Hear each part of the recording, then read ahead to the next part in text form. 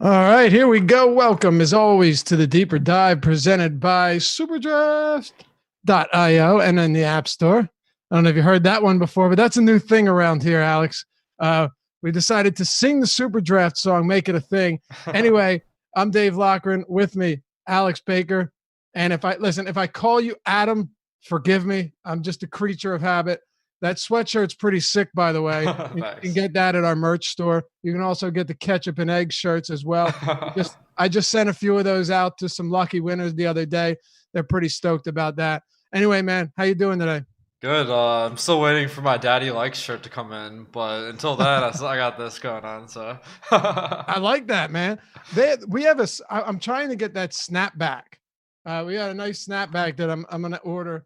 Maybe I'll have to retire this one. I go through hats pretty quick. I wear the same one way too often. Pay too much money for a haircut. Wear no hat one day every month, and then go straight back to the hat. So I think that's the game plan. Going to grab me a snapback, and you guys can do that as well. yeah, I mean, Anyway, I don't know if anyone watching the show realized that your backwards hats are all branded here. exactly.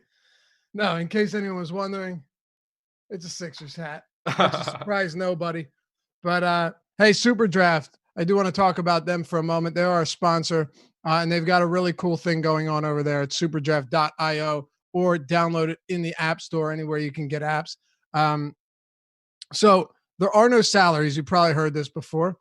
And that means that they use the multiplier mode. It's a brand new mode. You've heard me say this. I don't like when people reinvent the wheel with DFS. Very rarely does it work. I think Super Draft may have struck gold with this one, and I love what they're doing. And anyone that's tried it has responded back to me with, "Hey, this is a really fun format. I'm going to keep playing over there." And if you sign up with us using the promo code AWESEMO, AWESEMO, and deposit $100 or more, you immediately get $20 in free super cash. So boom, already 20% increase on your initial deposit. Get in there and check out the new format. For anyone wondering, anybody new to Super Draft or new to this channel, welcome, first of all. Second of all, it's simple. Guy like James Harden or Luka Doncic, they get 1x their fantasy points. They get exactly what they produce. A different player, say Goran Dragic, say Butler was out yesterday, Dragic may have had a 1.6 or 1.7 multiplier. So whatever he scores is multiplied by 1.7. So instead of salaries, you're working with those multipliers and building the best lineup you can, but there are no restrictions. You could play all of the top guys you want.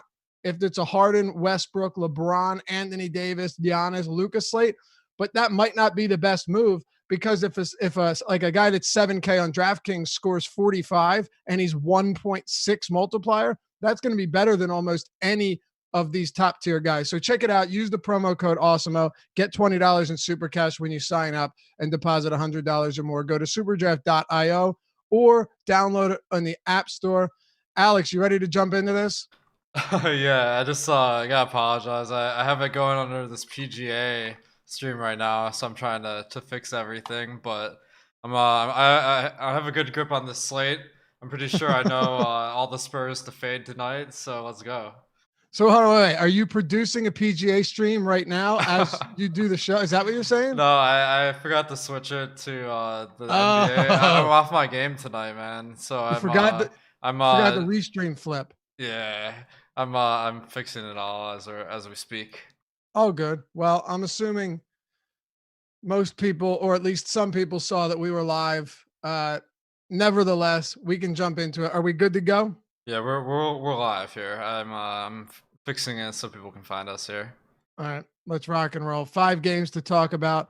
By the way, it was going to be Adam today, and you had mentioned that he was without internet, which brings us back to the ship my modem days, where his internet cut out literally every single day. So this is fun. But look, there's no better replacement to fill in than Osimo himself. I guess, like you said, if he gets back in, um, he's just going to jump in. Is that what we're doing, or are we going to run this pairing throughout the show? Yeah, let's just see what happens here. I mean, we got an all-star cast at awesemo.com, so I'm sure everyone, whoever we got on here, is going to be a good show. So That is 100% correct.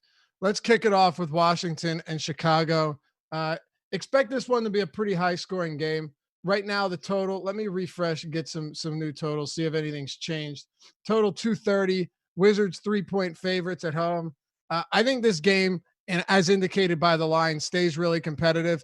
And there are some really good plays from both sides, specifically a couple on Chicago. But let's kick it off with Washington and talk about the top priced guy first. Bradley Beal on DraftKings is 9,500. On FanDuel, you're getting him at 9,800. So he's not that expensive, but my issue is comparing him to other players on tonight's slate. Beal doesn't jump off the page to me when you've got guys like Lavine, kind of similar, 8,200. Westbrook's only $400 more on DraftKings. The list goes on. What are you doing with Beal against the Chicago Bulls? Yeah, I agree with you that I mean he looks like a great play, and the thing is we can't really judge a play in isolation because there are so many good guard plays tonight. It's just a matter of whether we can get to Beal over some other guys, and I like him a lot. I mean, he's had incredible usage over the last span of games. He's at 36% usage over the last 15. His season number is 33%, and his assists have stayed up. That's because there have been so many injuries on the Wizards. As we see some guys coming back, we might see that drop a little bit, but they did trade one of their highest usage guys in Jordan Mccray. So I think Beal, he really stands out as a great play because the matchup is good, the ownership isn't too high, and he's the guy in Washington. Okay. He is. What are your thoughts on Davis Bertans, who, if you take a look at last game, now I don't actually a couple games here, but specifically last game with Thomas Bryant sidelined. Matter of fact, Thomas Bryant's last game was, I believe, the 3rd. Yeah, his last game was the 3rd of February. So they've played 2 games without him. And Davis Bertans is actually getting some center minutes. For example, last game, Yamahimi played 18 minutes. Moe Vagner, as the backup center, played 24 minutes. That still left some time at the 5. Bertans picking up around, I'm going to say anywhere from 5 to 8 minutes there, depending on the night. His price tag, pretty reasonable here. And I have him locked in for about 31 minutes. What are you doing with Davis Bertans? Any interest at this low 5K price point? Yeah, I think that he's pretty appealing. I mean, we know how much Washington values him. Apparently, the price tag at the trade deadline was 2 first-round picks. So this is the guy they're really banking on being kind of their stretch 5 of the future, probably. Kind of being the more modern big man, where he's a really good shooter.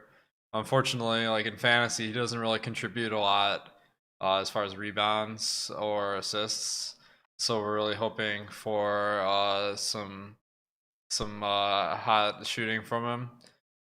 But I think the minutes are pretty secure. He's not competing with anyone that good. Now that Hachimura is back, maybe that's a little bit of a roadblock to getting consistently above 30 minutes. But I think that he's solid enough. Do you think that how do you prioritize him compared to the other guys tonight? I think he's fine. I mean, I there are a couple spots specifically on DraftKings, but I think you can throw FanDuel in as well when it comes to like Portland, where, and we'll get into this, where Terry Stotts is just giving some of these low-end players, low-end starters, like ridiculously high minutes. You know, from Melo getting probably 35, Ariza 37, 38 minutes tonight. They're all really cheap. They're not as good of per minute producers, but there are some less expensive guys in a game that has a 240 total. So we'll get into all of that. But that's just to say, from a prioritization standpoint, I like Bertans, but he's, you know, I think he's top 5 at power forward. I might even put him top 4 in terms of what exposure should look like tonight. I don't mind him though, because I do think you're definitely going to get 30 plus minutes from him. He's a 43% shooter from deep. And you know, interestingly, we've seen this with Bertans all year. He does have that ability to just get red hot and break slates, which he's done so amazingly on a couple times already this year. So I like Bertans. We had a question in chat, and I'll throw this over to you. It's from Eric in our premium Slack chat. Thoughts on Rui Hachimura? I like him a lot. Please say I'm not alone. What are your thoughts? I really like Rui Hachimura. I mean, he's been working his way back from an injury, but we saw before he got injured, he was getting 36 minutes a game for at least a week, and that kind of role in Washington can't really be ignored. He's a average usage guy, so he's going to get shots. His rebounding has been off the charts since he's come back. He's been at 22% defensive rebounding. Now, Jan Mahimi isn't a very good rebounder, so there is reason to believe that maybe they'll have better rebounding stats without Thomas Bryant as their starting center or Moe Vagner. So I don't think that's totally a fluke. And based on that salary, if we project he's going to get more minutes in this game than he has in the past few, then he's a great play. Any other interest in Washington? Troy Brown should probably be someone we discuss before we move on to Chicago. Troy Brown is appealing. I mean, his minutes have been down since some of these guys like Hachimura have come back. The guy I'm really interested in is Moe Vagner.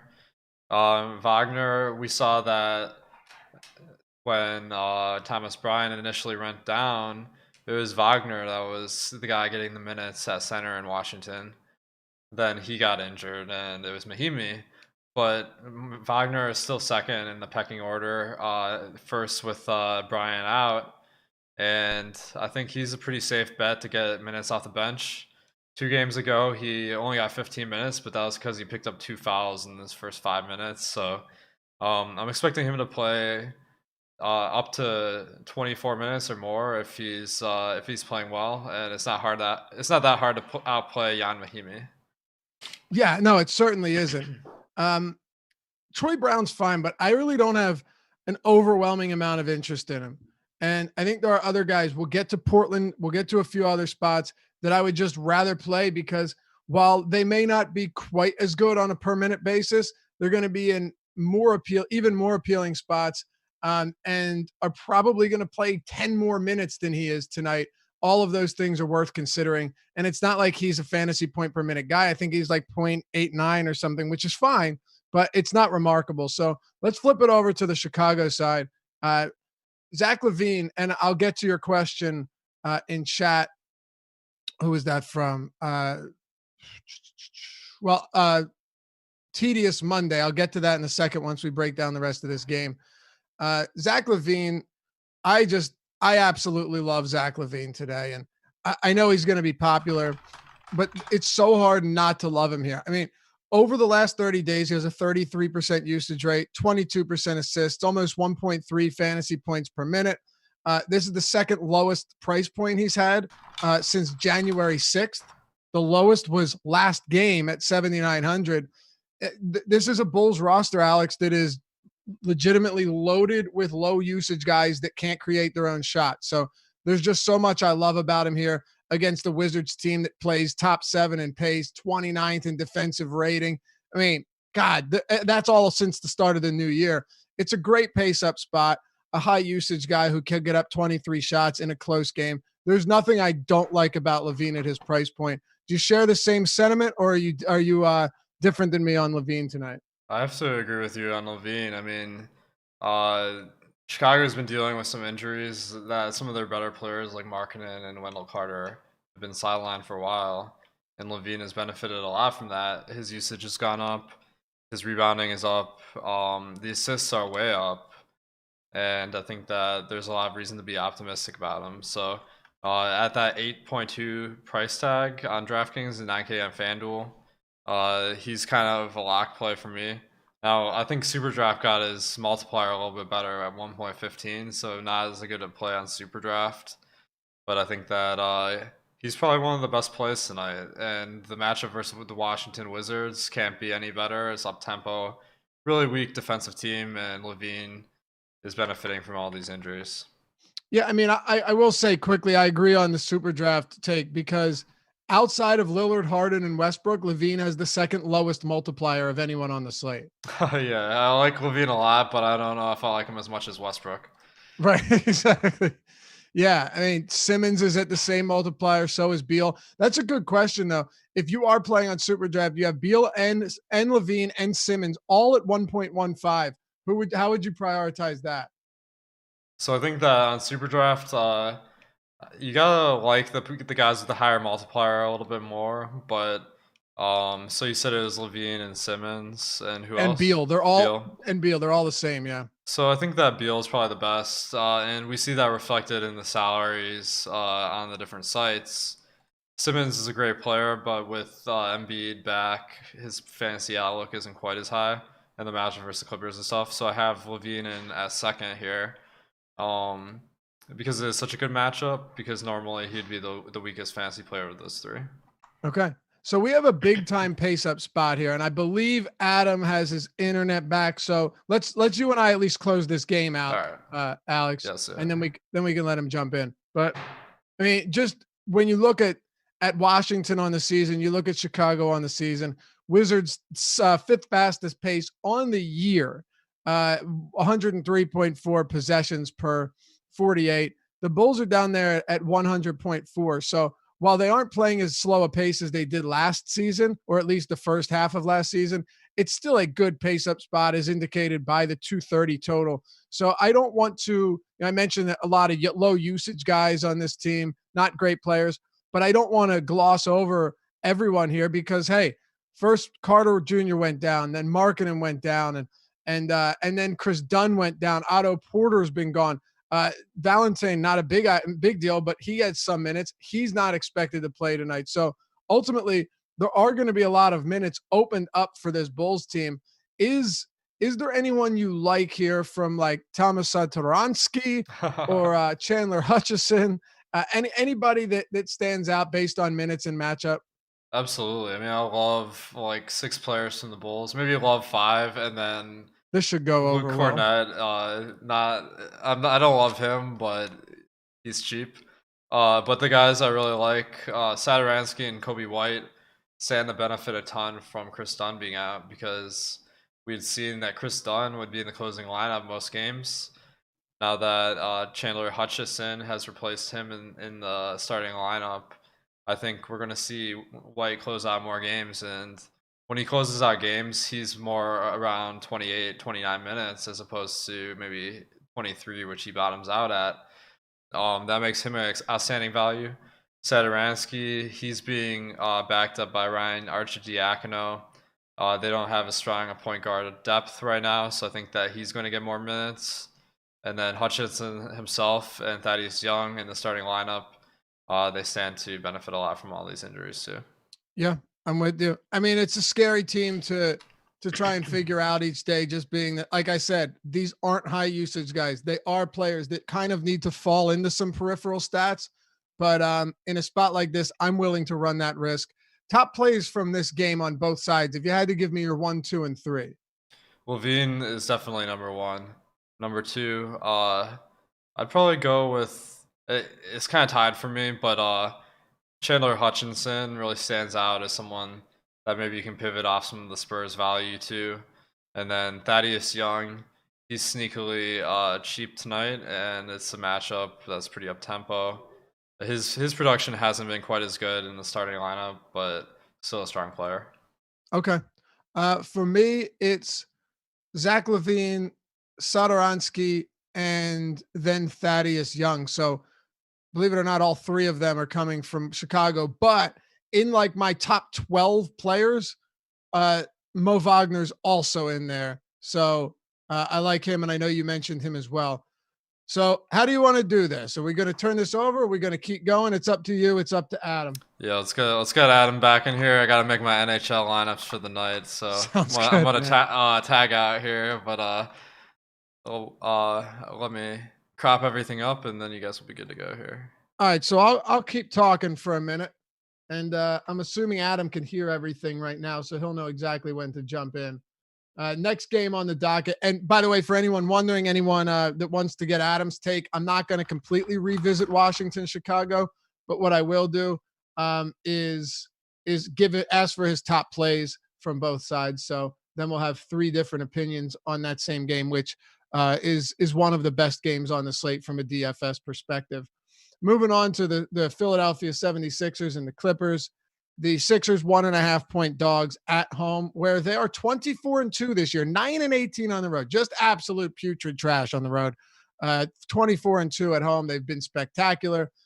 This is a good Clippers team, though. They'll be without Pat Bev, but everyone else should be healthy and active. 227.5 total. You've got Marcus Morris, and with his second game, that's an interesting view. Yeah, it's not Adam. That's not my place, so I'm confused. Adam Wires share. So you're here. You can hear me. Yeah, I just don't know what's going on with my camera. You just look different today. Yeah. So, you got to fix it, or I don't know what it is. Like, is it pointed at you? Yes, but I don't know what the view is of. Unplug it and plug it back in. Oh man. All right. Well, we were almost there. Anyway, Sixers you know what? You're just going to have to be Wires today. I think that's his modem that is in there. Yeah. He's sending us a sign. 227.5 total, 114.5 implied for the Clippers, 113 for the Philadelphia 76ers. Adam, can you hear me? Yeah, I can hear you. Okay, let's just talk for a second. You can try and fix that up next time I talk. We're just gonna have to look at that. But most people are only listening anyway. So before we get to the Sixers and Clippers, Alex and I just spent a long time discussing the Wizards and Bulls, but we can't spend a lot of time on it, but just your top plays from Chicago and Washington. Lavine from Chicago really stands out. Satoransky looks like a good value. Hutchison looks like a decent value. From the Washington side, I'm interested in Moe Vagner because his minutes have been trending up and he's really cheap. He's greater than a 1 fantasy point per minute guy. So he looks pretty good. Other than that, it's kind of just mixing and matching Washington guys for me. All right. Yeah, you're exactly in line with what we had. I had as my 1, 2, and 3, Lavine, Satoransky, and Thad, and then Wagner as the 4. So all of that makes sense. Let's talk about the Sixers and Clippers. We've got Sixers, as I mentioned, 1.5 point dogs at home. Before we jump into the actual analysis here, let's talk about what's going on at center for Philly, and could there be some type of change in terms of starting lineups, or should we just expect things to go on as normal, at least for tonight? I'm really glad this game's at 7 because. Oh, there you are. Yeah. It helps. Was your camera pointed backwards? No, I had the wrong camera plugged in. Oh my! Did you have a camera on the floor plugged in? It's behind my monitors and stuff. It took you that long to figure out? Yeah, because I forgot that I even had it on my desk. Oh, that's great. Yeah, so I'm really glad that the Sixers game's at 7 because I have no idea what to expect from the starting lineup. You have had Shake Milton starting, only played about 13 or 14 minutes last game. You have Alec Burks available today. Glenn Robinson's with the team. He played about 12 minutes last game. You have Josh Richardson working his way back from injury. And then you also have reports that Al Horford could be coming off the bench starting as soon as tonight. So I really don't know what to make of it. My guess, the way that I projected it right now is that Horford's still in the starting lineup and that Josh Richardson replaces Shake Milton as the starter, with Burks and Robinson taking those 13, 14 minutes away from Milton. But I really don't know because one of the Sixers beat writers said that he thinks there's a 60% chance that Horford comes off the bench. Matchup wise, it would make sense since if he doesn't come off the bench, he's defending a perimeter player, most likely Marcus Morris. So it would make sense for him to come off the bench, but I really just don't know. What are your thoughts on Simmons here, knowing that he is in competitive games, hell, even in some games that weren't close, his minutes are outrageous. I mean, he's averaging 39 minutes per game over his last 20. He's played 40 plus minutes in 10 of those games, in half of those games. And while his production hasn't been phenomenal, you mentioned something last week that I thought was a great point. His ceiling has been great, and he has 40 plus fantasy points in 16 of his last 40. You are getting, reliable production day in and day out from Simmons. And an interesting thing about the Clippers, they're no slouch defensively, but there's also the argument to be made that Simmons struggles most against teams that are really good at clogging up the paint and protecting the rim. And I don't necessarily know that that's the Clippers' forte. Yeah, I think it's an okay spot here. I have him projected to be a little bit below average in terms of per minute production, but more or less in line with his normal numbers. And the minutes are huge. As you mentioned, the salaries come up a little bit, but anytime you're talking about a greater than 1 fantasy point per minute player that you can expect to play 38 to 40 minutes in a competitive game, it just gives you a really high floor. And obviously he has a high ceiling as well, but the floor is what I think makes him really appealing, because if he does get around 38 minutes, even in a tough matchup, it's tough to think that he really kills you at his price. I think the strongest argument you could make against Simmons doesn't have to do with Simmons. It just has to do with the rest of the slate and the fact that you have Zach Lavine against the Wizards for cheaper. You have Aldridge playing without DeRozan for a lot cheaper if you're looking for a forward option. You have guys like Beal and Lillard and Westbrook that are more expensive, but not that much more expensive, that I think project a little bit higher in their respective matchups. So the opportunity cost, I think, is the biggest argument against Simmons. And that's a fair point. There's a lot I keep trying to adjust my camera and I just can't get it right. Not nearly as bad as yours, but I can't get it where I need it. I know that there's some intrigue around like a somewhat discounted Tobias Harris and an Al Horford. I might be on an island here, but I'm still like, okay, am I getting some Horford? Unfortunately, yes, but I'd like to not. And then Tobias Harris, like he's okay, but there's a lot of talent above and below these guys at similar price points that seems better. I get it. And maybe I'm just jaded, which is why, you might need to bring me back to earth here. But how are you approaching the rest of this Philly team? Obviously, Joel Embiid included in the conversation. Yeah, I mean, as far as Harris and Horford go, I'm pretty much on the same page as you. I liked Harris a bit more this morning when I did the show with Josh because we didn't have DeMar DeRozan news. But now it's really tough to put him ahead of someone like Aldridge, and then you've gotten some more, granted questionable, but some more value plays that have opened up as well. You also have Gallinari a little bit cheaper than Harris on the other side of that San Antonio game. So it's really tough to prioritize him. And then I'm even less interested in Horford just because, for one, we don't really know at this point what to expect minutes wise. If he does come off the bench, you have to assume that his minutes take a pretty significant hit. But even if he starts, he's still at best the fourth scoring option on this team. He's been less efficient this year as a result of having fewer post-up opportunities and playing away from the basket more often.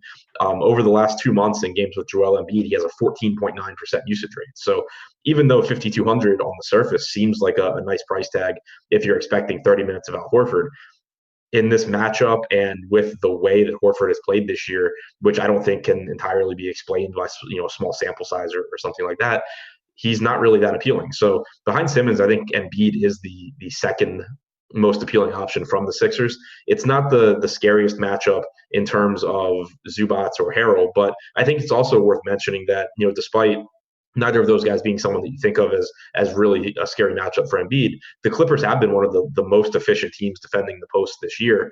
And we know that when Embiid plays well, that's where his production comes from.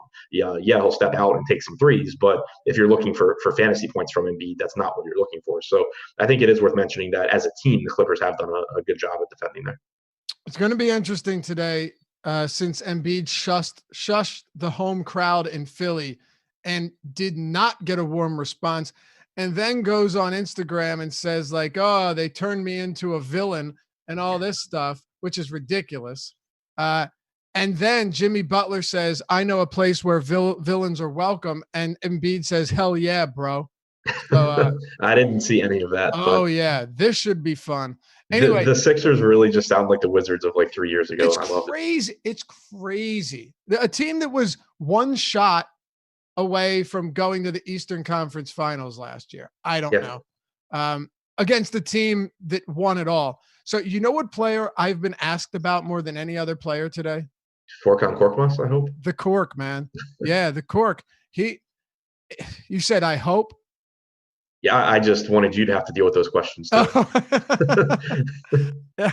Well, he's had 2 brilliant games in a row, and he is a guy that came into the league. He was expected to be a much better player and shooter than he has been.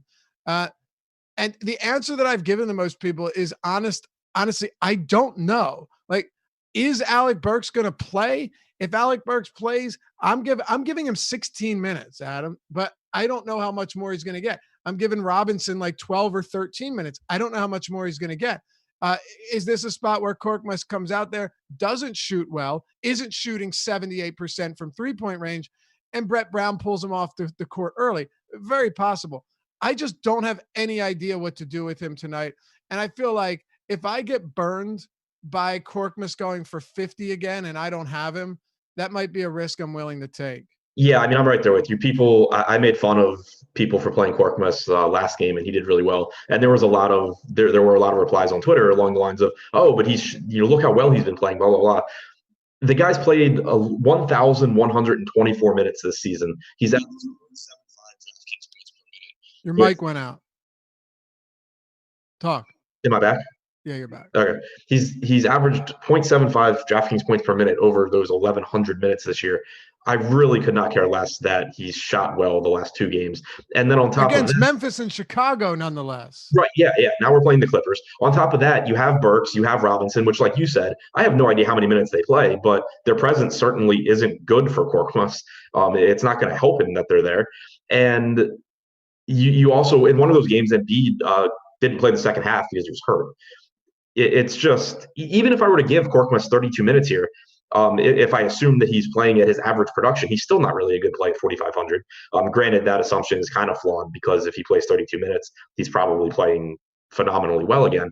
But the point here is just that I see absolutely zero reason to even think about playing Fork and Korkmaz. Okay. The truth says, Laffy, your fan is showing again. Listen, I think I'm being pretty objective here.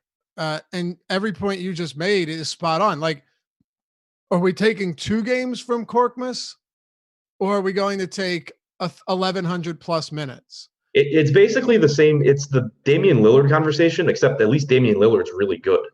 It's so funny you said that, because I was going to compare the 2 as well. But when Damian Lillard's doing it, you're like, he could definitely do this again tomorrow and tomorrow. And another thing, this whole Korkmaz thing, can we at least mention, and we got to move on, but yeah, he's getting big minutes. But Josh Richardson played like 19 minutes last game. He could easily play more. Alec Burks didn't play. He could easily get on the court and play 20 minutes. Right, and that's what it really comes down to for me. You can disagree with me all you want. Maybe Fork and Korkmaz had like an epiphany and became the best 3-point shooter in the league. But how are you, even if you give him 32 minutes, he's not a great play at 4,500, and you can't actually give him 32 minutes. Like, he played more minutes than everybody on the team except Ben Simmons last game. There's zero chance that is a thing that regularly happens moving forward. Do you have any interest in the Clippers today? Not a ton. Outside of Patrick Beverley, fully healthy, you have Marcus Morris there, which, not that I expect him to be taking shots from Kauai or George, but still kind of another piece that you need to figure out how he fits with this team and exactly what impact he has. The pricing on Kauai and George in particular, 9,300 for Kauai on DraftKings, 8K for George. They both look like reasonable secondary options in what I expect to be a competitive game. But it's kind of what I mentioned with Ben Simmons, but to an even bigger extreme, since I don't have them projected for as many minutes as Simmons. Just that there's guys priced around them and guys at their positions that I think look like a lot better options. So outside of kind of tournament filler that has high upside and should be low owned, I don't really see a reason that these guys would be popping off the page. As of now, they might end up being, once I crunch and rank, they might end up being my lowest owned team. Yeah, I agree. It's definitely a slate to me where there's a couple of really appealing games in terms of defensive matchups and pace. There's a couple of teams that are appealing in terms of injuries opening up minutes or just really, really tight rotations. Right. The Clippers don't fit into that category in any of those categories. I'm with you. And, Kawhi Leonard, if you want to get some Kawhi Leonard in there, fine. He's not like egregiously overpriced, but he's also not jumping off the page at me. OKC and San Antonio. So we've got in this one the Spurs as 8-point dogs on the road. This opened at 6.5, 219 total. The OKC Thunder 113.5 implied, 105.5 for the Spurs. So the Thunder are a decent enough team here. The Spurs, meanwhile, are playing their second of a back-to-back after yesterday having a 23-point lead over the Nuggets in Denver, Adam, and blowing that lead, ultimately losing the game by 7 to the Nuggets. So interesting situation on the second of a back-to-back. Aldridge hasn't really been limited on back-to-backs this year. So I'm still giving him normal minutes, especially if this game stays close.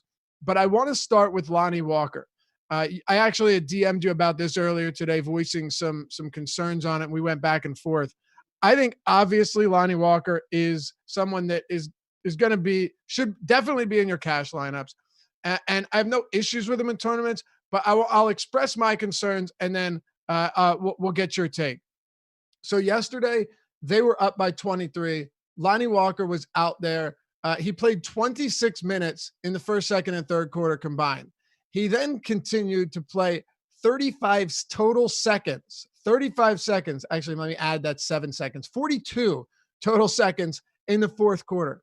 So they were up by 23 points. He's out there and they start blowing the lead. They're just throwing it away. He comes off. And as you mentioned, he actually still was the best in terms of plus minus at plus 11, but he comes off. They end up blowing the lead completely and going down by a few points in the start of the fourth quarter. He comes back for 35 seconds, isn't in foul trouble, nothing like that, and never returns. So my issue here is, if he starts again, it's very possible he gets 26 to 28 minutes again.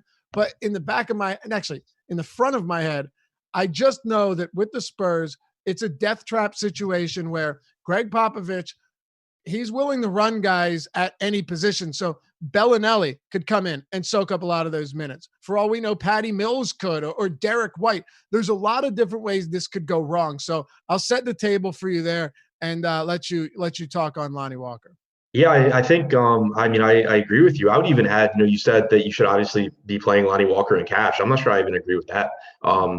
He's not in my current DraftKings cash build. I think it's a reasonable play, but I don't think that it's someone you have to have because there are so many underpriced guys today and not a ton that you like have to pay up for. So I would not argue with you on that whatsoever. Yeah, it's not. Yeah, not that I think it's bad. It's just that I right now I'm finding him kind of unnecessary. But I agree with you completely. Like, could Lonnie Walker play 34 minutes today? Absolutely. Mm-hmm. Could he play 16? Yes. There's just so many ways that this can go because, as you said, Pop doesn't really care. Like he'll just play whoever. But also, when you think about the matchup here against Oklahoma City, if we assume that this game is close at the end, Oklahoma City will be closing with Chris Paul, Shai Gilgeous-Alexander, and Dennis Schroeder all on the floor, which means that not that Pop necessarily will do it, but if he wanted to, you could even run a lineup that has Murray, White, and Mills all on the floor at the same time, or Forbes. Yeah, we've seen it before. Right. So you don't even yesterday, with DeRozan out, you got 53 combined minutes from DeJounte Murray and Derek White, and you got like 29 minutes from Forbes. So you even saw it a little bit yesterday. So the minutes are not safe. I think the 26, 27 minutes is a very reasonable median projection for Walker just because the range of outcomes is so wide, and it's what we saw yesterday. But the other thing is that it's not a great matchup in terms of production. San Antonio only has a 106 total, which is the lowest on the slate by a pretty wide margin. Oklahoma City is pretty solid defensively. And for the season, even without DeRozan on the floor, Lonnie Walker's averaged 3/4 of a DraftKings point per minute. So even if he gets 26 or even 30 minutes, if he's playing at his normal level, he's going to give you a good point per dollar outcome, but it's still unlikely he gives you a raw score that you actually have to win a tournament.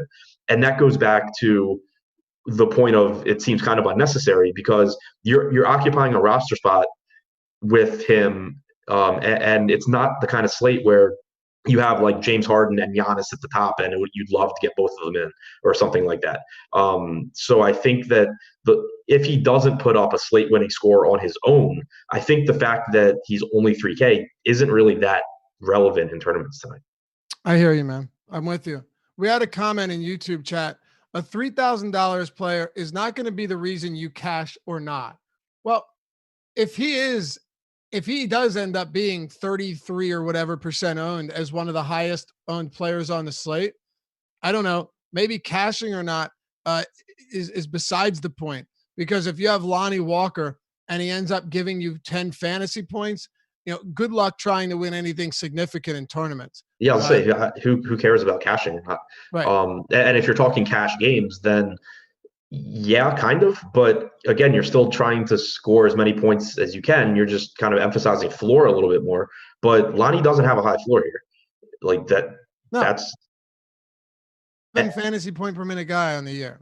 Right. And with very, very volatile minutes under Popovich. So that's why I think that, like, even in cash games, it's fine if the best lineup you can make needs a 3K guy. But I don't think you should be approaching it like, oh, Lonnie Walker is, the clear value here, put him in and move on, because I think you can make a lot of really good lineups that don't need him.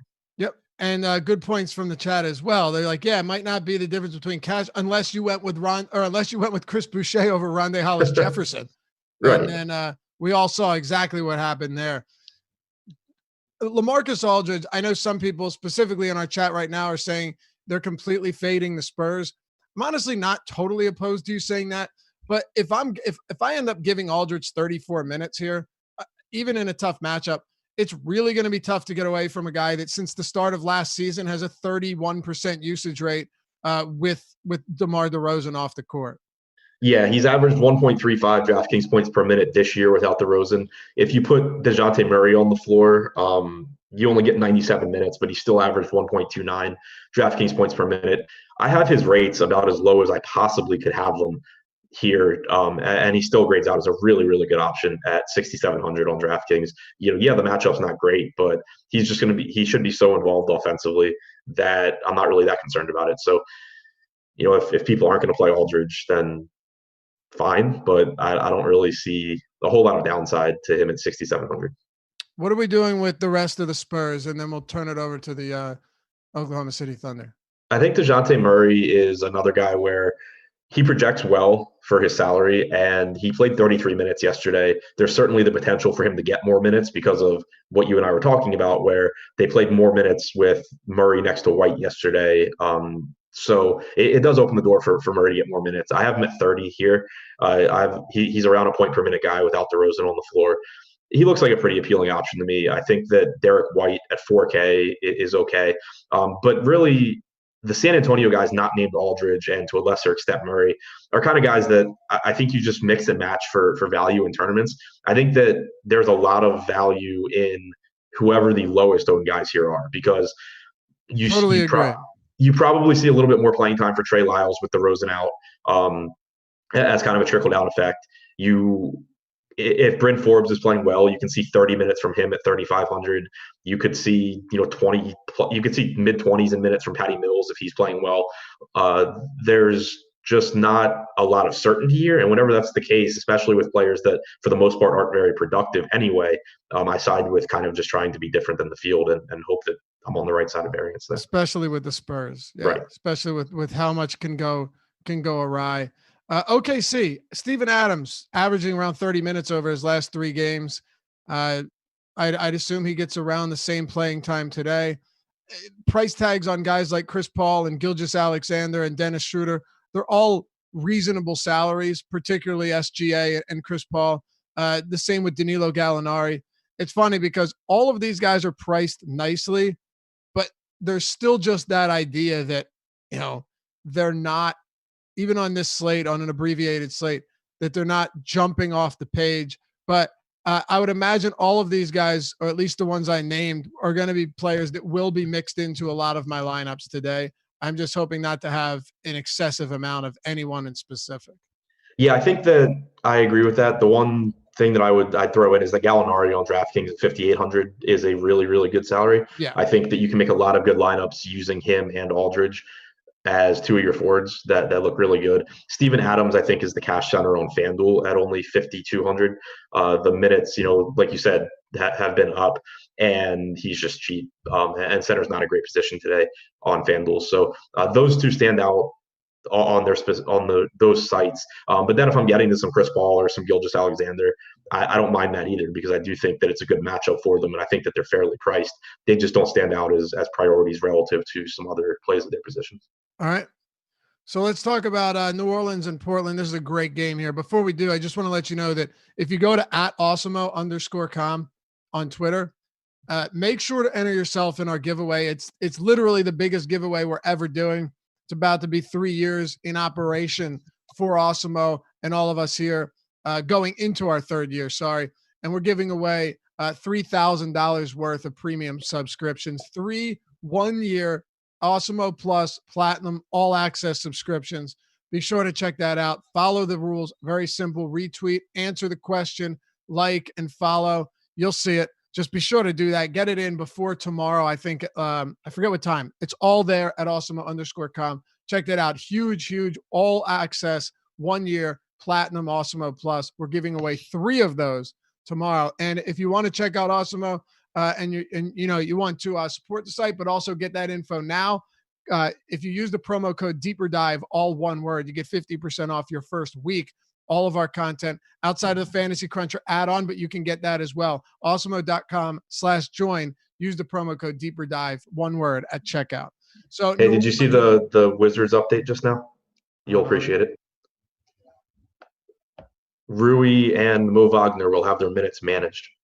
Oh, that's classic Scott Brooks. Oh, man. Yeah, so, I mean, just go ahead and pencil them in for somewhere between 14 and 48 minutes. Who'd you say, Rui and who? Wagner. That might end up being more for Burton's at center, if anything. But you know what? No, they're probably going to. I'm not changing anything. Yeah, I'm not. I have Wagner, I think, at 23 anyway. I might have him a minute low. So, yeah. What do you have Wagner at? I've been going back and forth between 22 and 24, I think. Yeah, I'm at 23. I might be I'm at 22. Okay. So let's get to the Pelicans first. Any update on Brandon Ingram? No, he didn't practice yesterday. He took part in individual shooting drills after the contact portion of practice, but didn't go through the actual practice. Haven't seen anything from shoot around today because Pel's beat writers decided to write about quotes from Brandon Ingram instead of what he did or did not do at shoot around. So haven't seen anything there. Right now, I'm guessing he doesn't go just because he didn't go through practice yesterday and Zion did. But that's obviously, I think, the biggest piece of news that we're waiting on. Okay.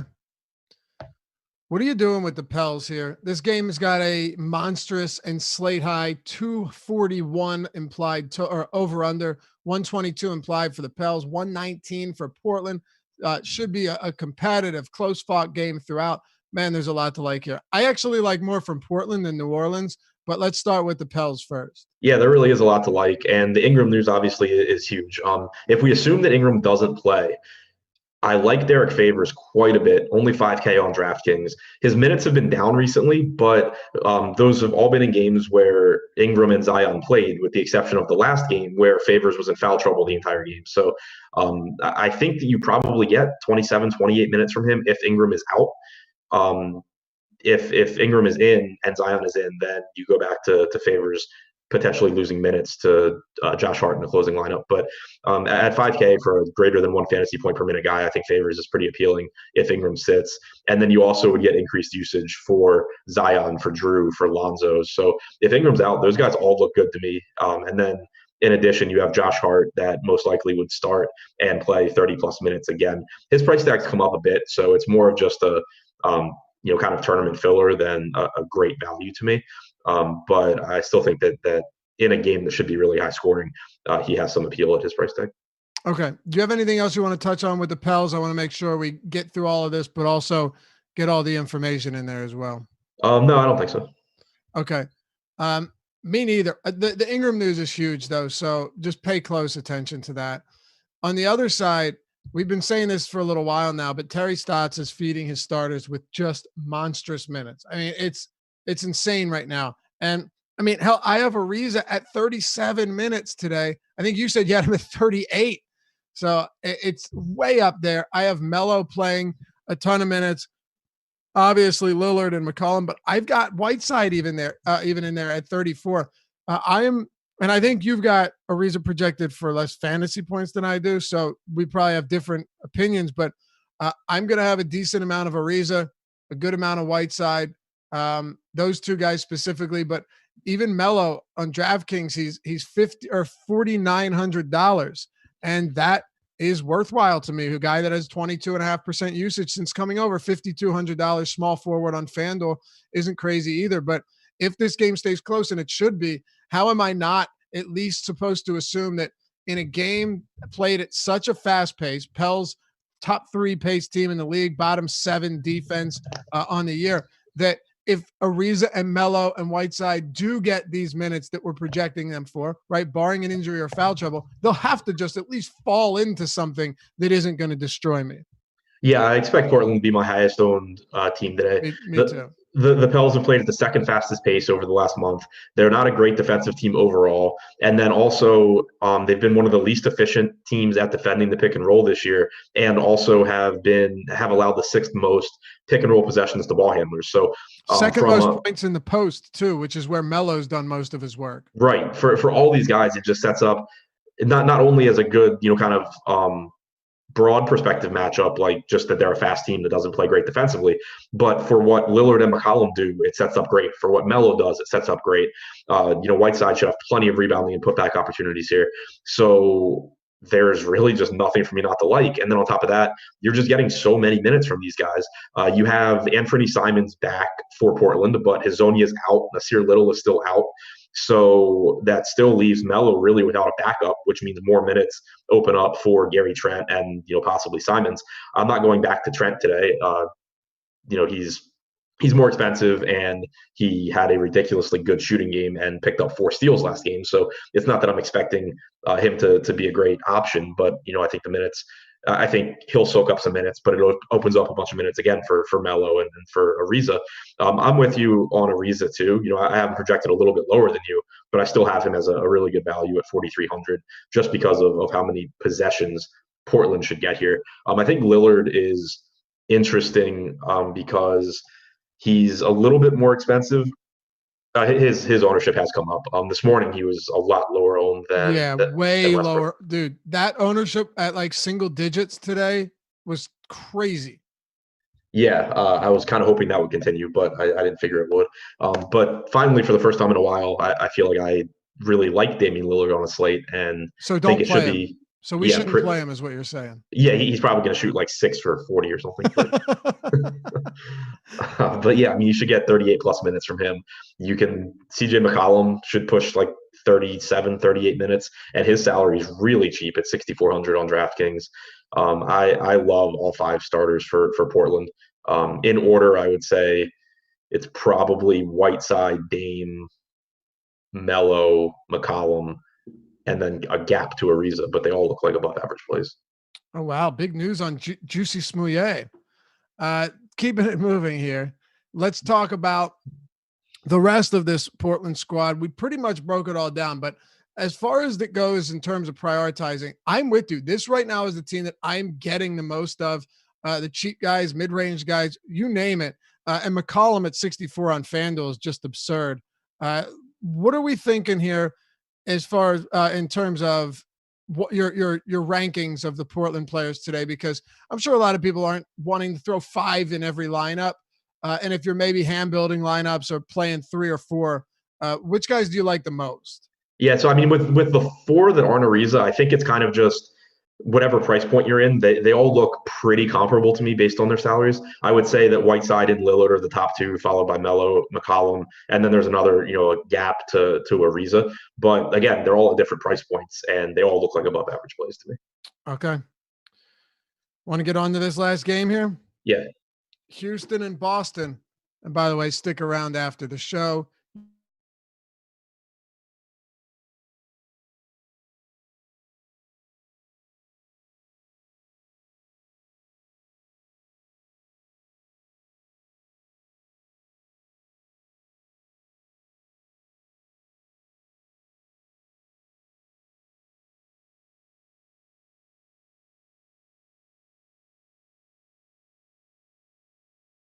A lot of this is the fact that Covington now is starting at the 5, which I have no problem with him if he's going to get 35 minutes there.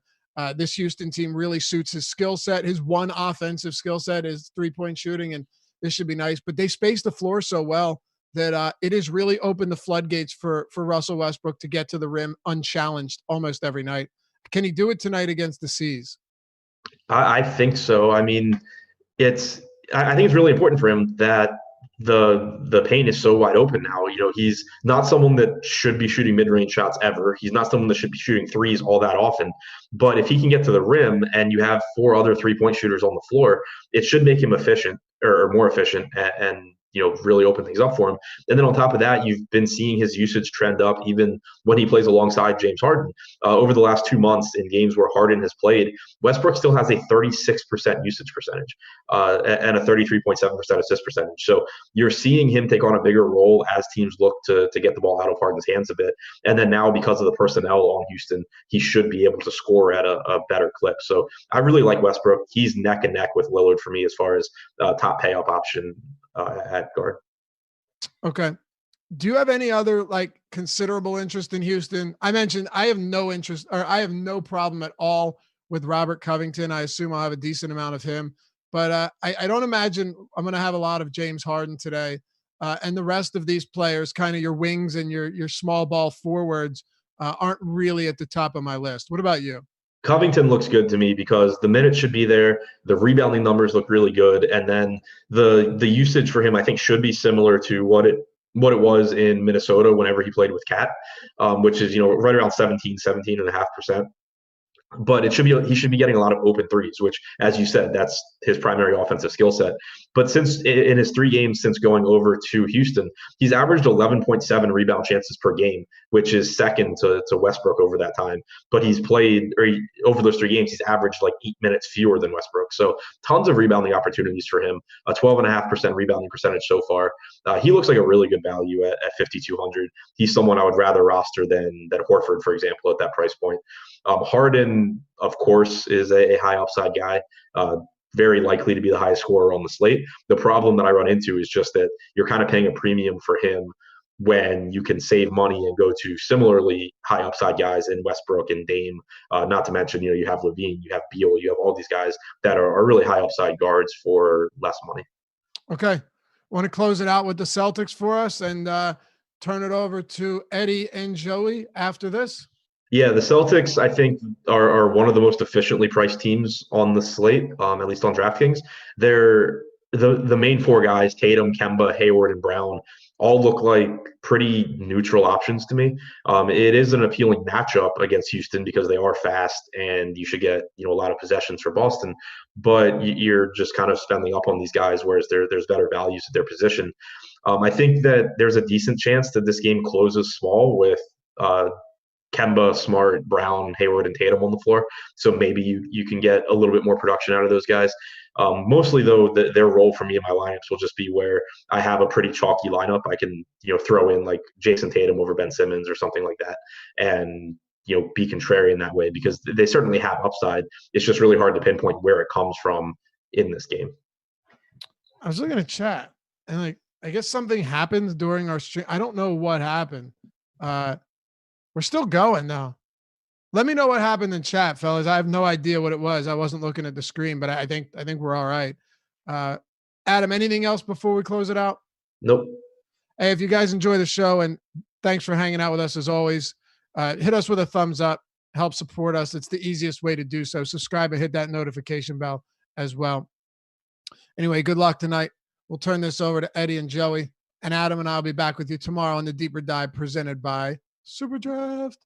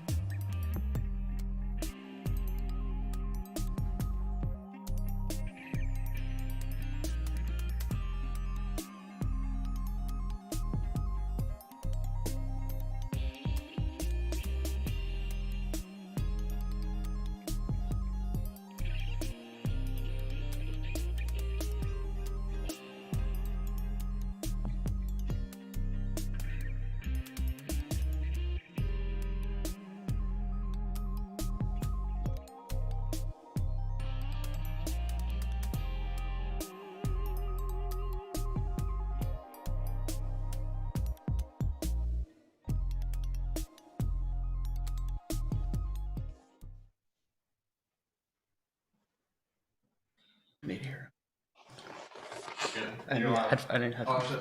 There you go. You're live, man. Eddie, how's it going? It's The live before lock. great. Was it Tuesday night slate? It's the Tuesday slate. I'm here once again. I'm Joey Corman here with Fast Eddie. How's everything going? Excellent. Thank you for asking. And yourself, Joseph? I can't hear him. Can't hear me. Gets better and better.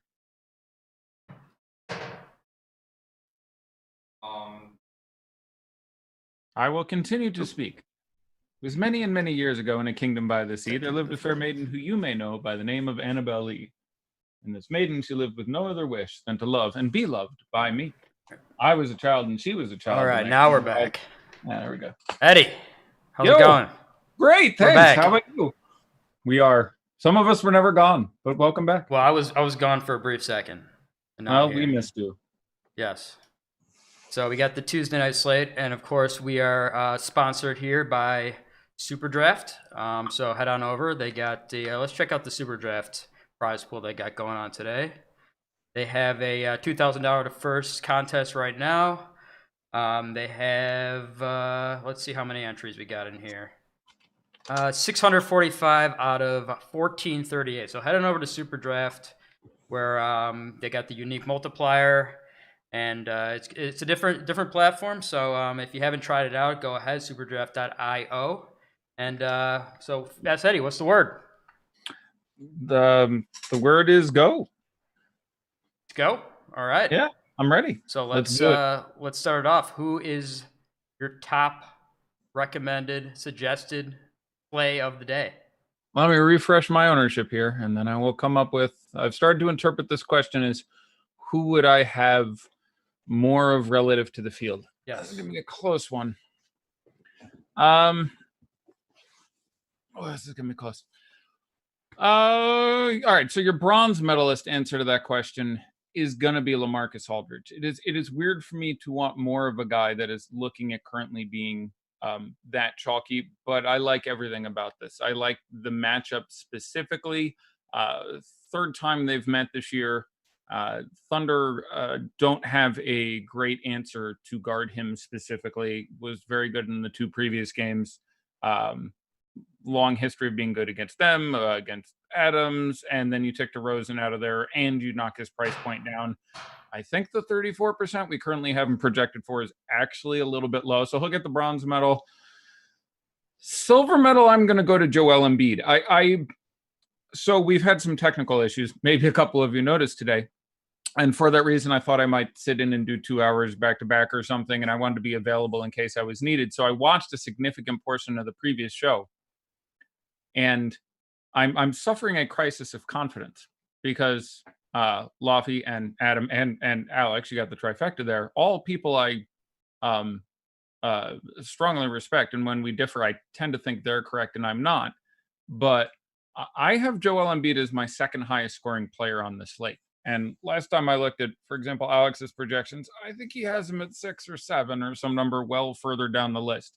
There are people who are both popular and projected. Like I have him projected for more fantasy points than Damian Lillard. Alex has Damian Lillard projected for more than 8 fantasy points more than Joel Embiid. That is a massive difference. It doesn't sound like a lot, but if I sat down with Alex and ran out my algorithm and then made manual adjustments and compared my numbers to his numbers, the number of times in a year I would differ by 8 points on somebody, you could probably count on 2 hands. Yeah, I'm a massive fan of Joel Embiid in this spot, and I am lower than I think many people are on Westbrook. Actually, Westbrook I have pretty similar to you. On Lillard, certainly. Lillard is still not cheap, and he tends to get dogged pretty significantly by Drew Holiday. And you end up in the situation where all of a sudden Lillard has a tough matchup and everyone else has an easy one.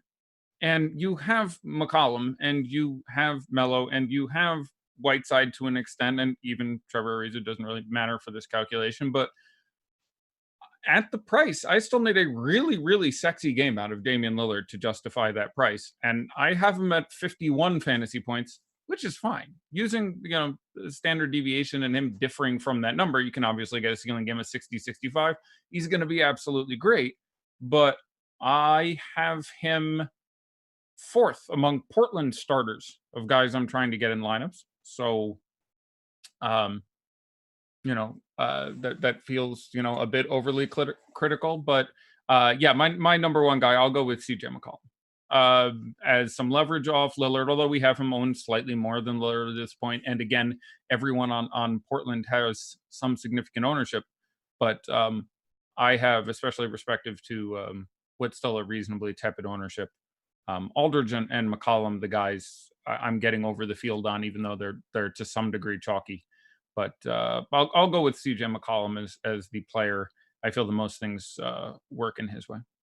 Yeah, so Embiid, I completely agree with you on Embiid. I actually have Embiid projected for 49 fantasy points, and I've got Lillard at 51.9. I have Lillard almost exactly where you do. Yeah.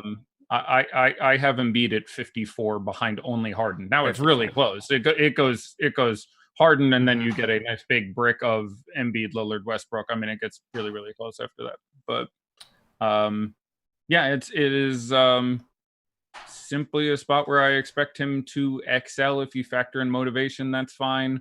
They're not on a back-to-back. Being dispirited from Horford in the lineup going a little smaller actually helps him a little bit, in my opinion. I expect the game to stay close. I like him at home. It's just another where there's not much I don't like about this spot. And again, you can make an argument they're in a situation where he's the one guy on the team with the matchup that he can operate in easiest. The Clippers have a wonderful answer to absolutely everyone else on this team. They have absolutely no answer to Joel Embiid. No one really does. Now, that doesn't always matter that much, but in a situation where they have multiple elite defenders at every other position, I'll go with the guy they can't stop, who is still a little bit underpriced. There are minutes concerns. I have him at 31. That can be a little lower, can be a little bit higher.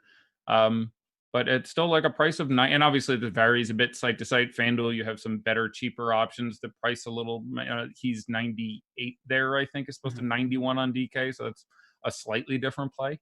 But so I'll go with Embiid, McCollum, and Aldridge as guys I'm pretty excited for. Yeah, let's stick on that Clippers-Sixers game, because there's a few guys in that game that I really, really like. That's interesting. I think I gave you the only guy I really like. I'm looking at Montrezl Harrell at 5,700 on DraftKings as a guy. Well, I don't think he takes a big hit with Kauai and Paul George in the lineup. He takes less of one than everyone else. Yeah, because Lou Williams ends up sharing more of just shot volume with them, whereas Harrell can get there with stuff around the basket, rebounds, the occasional block. I've got him at 35 points for Harrell. So that's a really over-optimistic projection. Yeah, I think I have him at 31 or 31 and a quarter or something like that, which I think he's perfectly tolerable to get at in a GPP, and that price is very similar to the FanDuel price, which these days on DraftKings is a positive indicator. I'm fine with it. I don't have a super strong take. I can see upside coming from just Embiid getting Zubac in foul trouble in moments. That's something that can really happen. For that reason, like backup centers there. But there's also the fact that with the rotation they run Harrell on and the rotation they run Embiid on, he's actually going to get like 16 of his 25 minutes or something against Joel Embiid, depending on how the fouls work out. So I can certainly see that working out a couple ways. But I'm never going to have an issue in tournaments with Harrell at $5,700, even in his current minutes threatened role and everything going on with that team. But everyone in healthy, excepting Patrick Beverly. I'm pretty average on that. But the Clippers are a team where, again, they play not half, but a quarter of their games without Kawhi Leonard. So everybody's price is a little too high in a vacuum when Kawhi is in, and everyone's price is a little too low in a vacuum when Kawhi is out. So Kawhi goes out and we like everyone. The other end of that coin works. You see a thing where, Kawhi goes out and everyone's like, oh God, Paul George and Montrezl Harrell and Lou Williams. And then Kawhi comes in. It works the other way too, because they're priced at an average counting, all those games in, and then you look at this matchup, which I still feel safely on the road is well below average. So I'm tepid on the rest of them. Obviously, 8K at Paul George, sure. 9.2, for example, on Kauai, no problem with you getting there, but I can't strongly endorse them. So I'm again fairly ambivalent on them. I'm not surprised if one pops off, but it is a difficult road matchup, all that. So I'm not too high on Lou Williams or Kawhi or Paul George, but on the other side, I do think Horford's an interesting option at that. I think that's a season low price tag on DraftKings at 5,200, and Tobias Harris trending towards the season low price tag at 6,200. He's still, I'm expecting Horford within the minutes to be 30 around there, 32. That's reasonable. Sure. Yeah, and Tobias Harris to get around 35 to 37. So I think this could be like a real.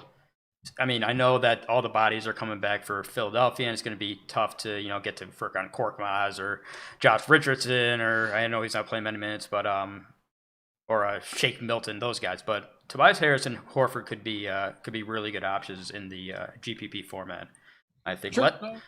Let's head to the game everyone's talking about, and that's San Antonio. So you already said you love Aldridge. I do. Who else do you like? For San Antonio, that's really the question there. Again, third matchup of the year. Went back and watched substantive portions of the earlier two. I came away really liking Aldridge, but I will say that, and I'm sure this will surprise no one who's watched the show or understands basic mathematics. 50% Lonnie Walker is absurd. If you find out he's starting, that's only a pretty bad idea. Absent a starting lineup, which I don't think we have yet, that's a horrific idea to me. He almost certainly gets to start. I'd say 80-85% or something. But there's a real chance that he doesn't start. Then there's another real chance that he starts and only plays 18 minutes because he isn't playing great. They can and have done all sorts of very, very wacky things with this lineup. Is there a GPP upside? Sure. I could play 31 minutes tonight. That's a real possibility, and I would love him at 7% ownership. 50% ownership, I think I would give even money that he is not the highest scoring player, as in 50% chance of guys who cost 3.x on his team. Like, if you can have him, you can have Lonnie Walker, and I will take Lyles, Forbes, Mills, White, I think is 4K, so I don't get him, Bellinelli, Pirtle, and Gay. I don't like your chances of that play being correct on his team. So if he starts, fine, but 50% is simply too high. I don't really know where to go after this. Forbes is the safest. Price isn't terrible. Will be the second highest owned of your bargain guys there. I think they go with Trey Lyles again. They like Aldridge at the 5 in this matchup. I think probably I go to Trey Lyles next, but it's not particularly exciting. I can see doing White at 4K. I can see doing Bellinelli at 3K, but I'm Brandon Ingram will check his ankle in warmups. So no game time update. Decision there. Yeah, that's going to be a really interesting situation. Whether or not he plays, well, actually, things will change if he doesn't play. We can go there in a second. But for the Spurs, I don't. That's a very complicated question, and it's fractionally dealing with guys at 4% ownership versus 6 versus 7 versus 8. I will say in one GPP lineup, I think playing Lonnie Walker the fourth is probably a bad idea. And that's been the right take like 7 out of the last 8 times that I've said, this guy at this ownership is way the hell too high. There was like one time in the last 3 weeks that guy went off, and every other time he's been fine, but still other guys beat him, or literally bad, and you stomped all over face. So 50% is an absurd figure. Yeah, couldn't agree more with Lonnie Walker there. I'd much rather go for guys like Patty Mills, Burton Forbes. So Osmo has Mills, Lonnie Walker, Bryn Forbes, Trey Lyles, Rudy Gay, all around the same range there. So I think I would have Gay last. Of those guys, I think he's still fine to play. 3K flat. I think he's small forward only. Like, I would have him in some lineups. I ranked him. But I would have the others before getting to Gay. I would have Pirtle also towards the bottom of that list. But Mills, White, Bellinelli, Forbes, Lyles all rank really close for me. I hate punting a question that much, but I also hate making up things I don't know. And even against the Thunder, this has gone differently, and against other teams, and DeRozan, only missed a couple games now, so we don't have a lot to draw from there. So I don't want to pretend like I have a good idea when I don't have a good idea. I have DeJounte Murray appeal. I think having DeRozan out, he's going a little under the radar for the chance that he picks up some minutes and picks up some time. Again, he played like 34 minutes last night. I mean, so I have some interest in DeJounte Murray. I think he's going a little under-owned as well. But it's squishy there. And then across the ball, the Thunder are very interesting, and they're priced very, very competitively on DraftKings. My favorite of them is going to be Shai Gilgeous-Alexander. I think he's also the most popular of them. I mean, check and see if that's what we have projected there. No, we have Chris Paul a touch higher than him. So I would prefer. Actually, we have Gallinari on top. I forgot that DraftKings price at 5,800 is pretty absurd. Points per dollar, I would have them Gallinari, Shai. Relative to their ownership, I'd probably slightly rather play Shai than Gallinari. I'm fine getting to Adams, but again, it's not a good spot for him. So it's not a dreadful one. I understand it even more. That Fanduel is sort of your cashy safe option. I don't know how much upside is there. And then center is pretty thin tonight, though obviously I'm making somewhat of a stand on Embiid as a spend up. Embiid is also nice for me because he's fairly under-owned versus where he should be. We have him over 20% now, which is good. People are coming around to the cause. But I'm concerned about a number of the other spend-up options. You have basically a fully healthy Celtics team that is well disposed to limit Westbrook and or Harden. I like having Gordon out. I like the way the small ball works. Points per dollar, I would prefer Westbrook. One guy in a tournament, I would probably prefer Harden at his much, much lower ownership. Like we have Westbrook at 25%. We have Harden at some smaller number.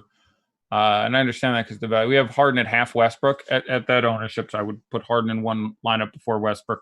All else equal, obviously that's an extra $1,500 you have to come up with. But I do have matchup concerns there. So for the Rockets, it's a little sticky today. I'm not super fan of getting House in there. I'm not Covington maybe my favorite. I'm fairly nominal there. So I'm softer on the Rockets than I think many people are as well. Yeah, so I mean, heading back to the Spurs there.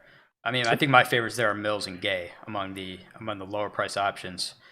And then when you get to Spurs and grouping their players together, are you setting any groups among those lower price guys? Or I would have to set some groups there. You probably want no. Let me think this through all the way. You would probably want no. Let me make sure I include this right, and I have a projected rotation here. That can happen like with some foul trouble, but let's. All right, so you probably want no DeJounte Murray and Derek White. You probably want no Bryn Forbes and Patty Mills. I think are also somewhat negatively correlated. Probably no Lonnie Walker Jr. and Bellinelli. I would split those two. Probably no Gay and Lyles. Probably no Pirtle and Aldridge.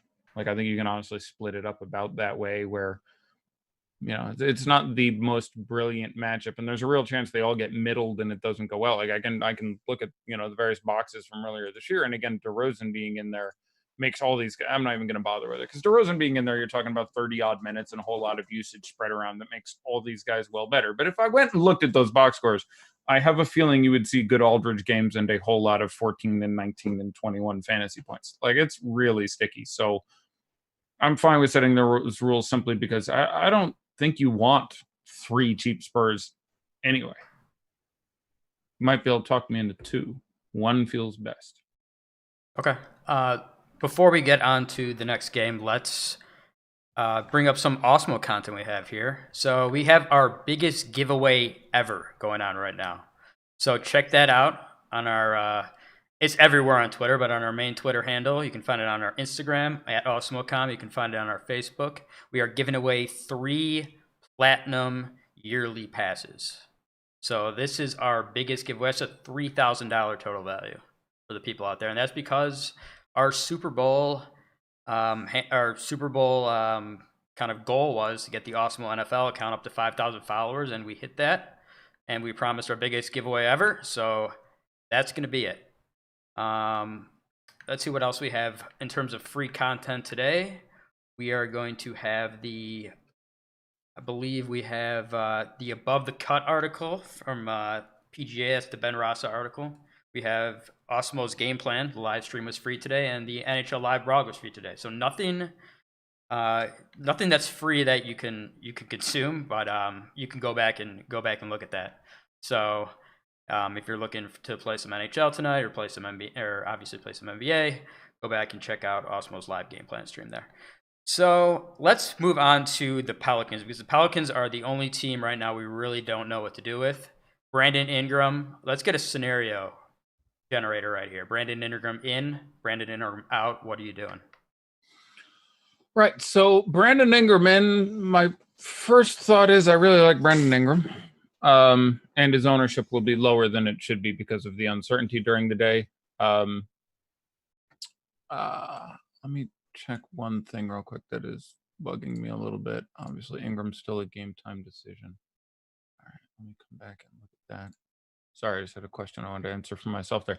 So, yeah, the matchup is pretty superlative, and it is worth pointing out that this does end up being really dependent. If Ingram is in, I like Ingram a lot, and it doesn't really help anyone else. So for everyone else, you want Brandon Ingram out. I suppose that's somewhat obvious.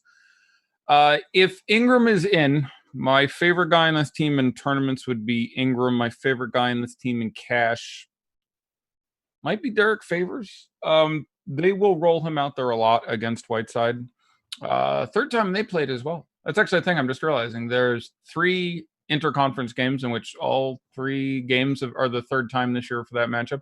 And there's 2 cross-conference games, neither of which have happened previously. So there's a full house there, which means if you're a math dork like me, that's vaguely intriguing. So Favors, I think, gets significant minutes. There's a chance he doesn't close if Ingram is in. So maybe get 24, 25 minutes. I think it's more likely you get upper 20s.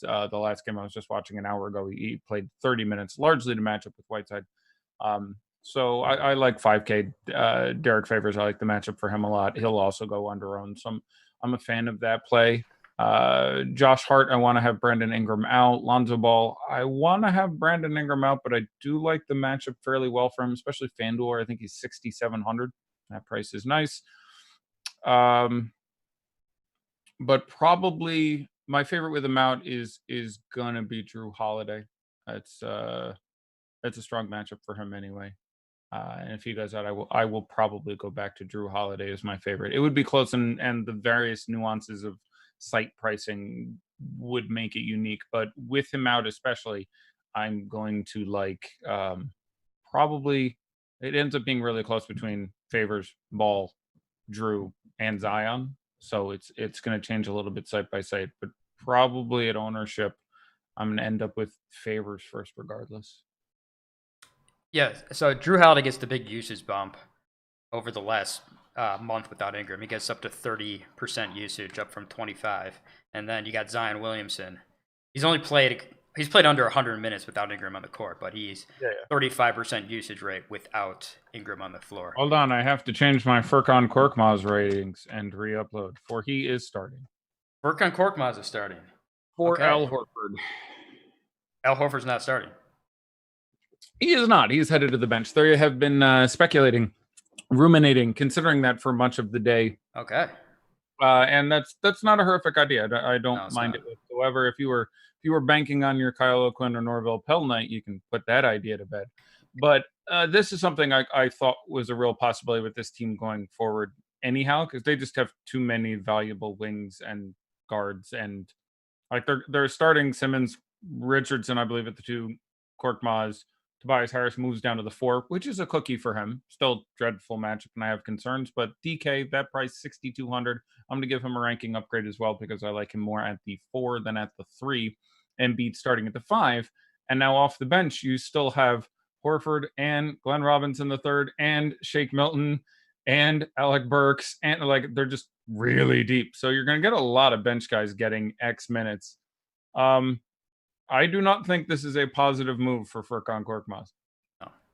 No. He is the 4th option on offense. I guess he's ahead of an injured Josh Richardson, who is back starting. And so I have to now kick up to 22 odd whatever minutes. So it is still, I guess saying it is not an upgrade for Korkmaz is a bit of a lie because I was worried he was going to sacrifice massive minutes tonight. Like, he's obviously been incredible the last 2 games.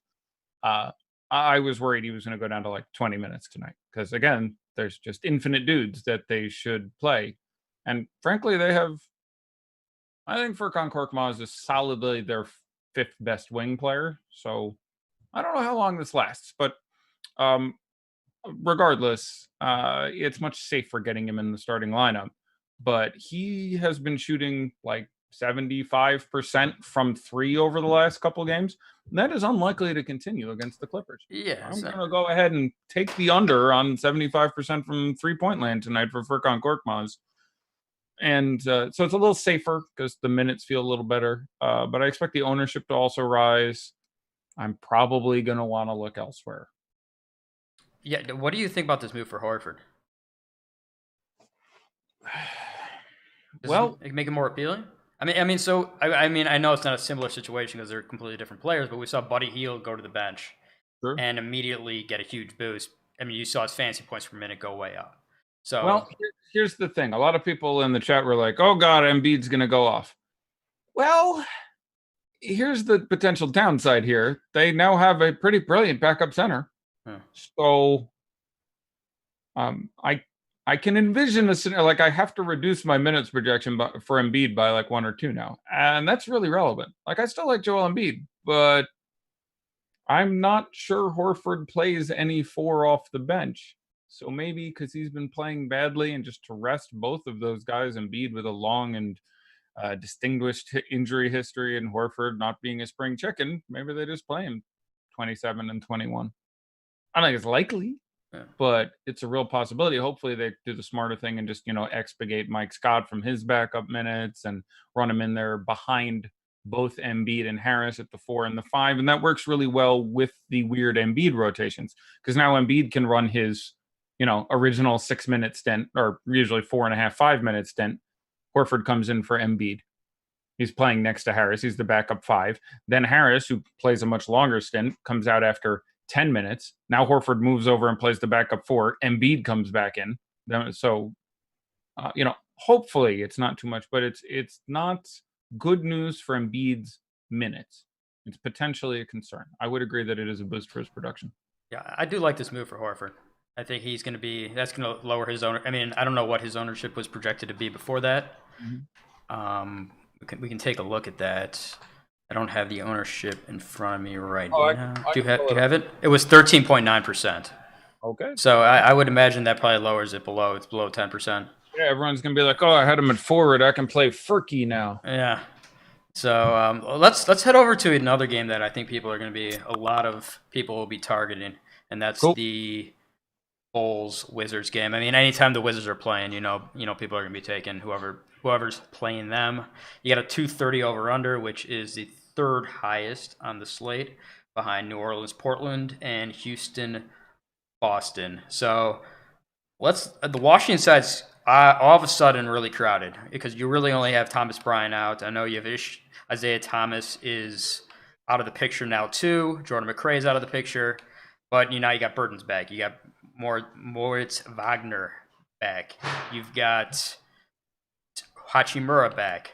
So anybody on Washington appeal to you?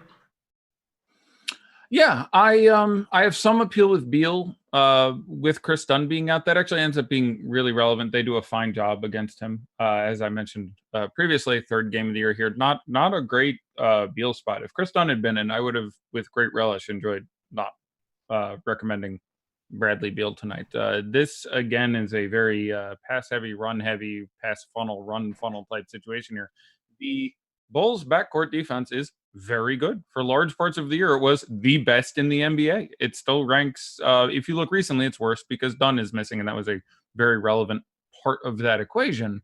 But it's still above average. And their front court defense is hot garbage. So this doesn't matter entirely with a player of Bradley Beal's stature who's going to run all the offense on his team regardless. He'll run directly into a brick wall, but it's a negative enough matchup for him and a positive enough matchup for Davis Bertans and Moe Vagner and whomever the hell else is playing in the front court, and Rui Hachimura, obviously, that it siphons enough away and the pace is a little lower that it's just another guy who I have projected a few points below everyone else looking at that game. But with Dunn out, I think it's perfectly tolerable, and I would rather get there than Lillard.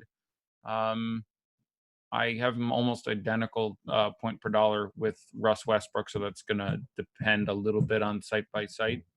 But I like Bertans a lot in tournaments. I like Hachimura. I like Moe Vagner. I don't hate $3,600 Jan Mahinmi as cakey as a matchup as you're going to get. I also don't mind a sports bet on this game. I'm going to throw this out here. I haven't done one in like a month. I'm 6-3 on the year at this point. Ooh.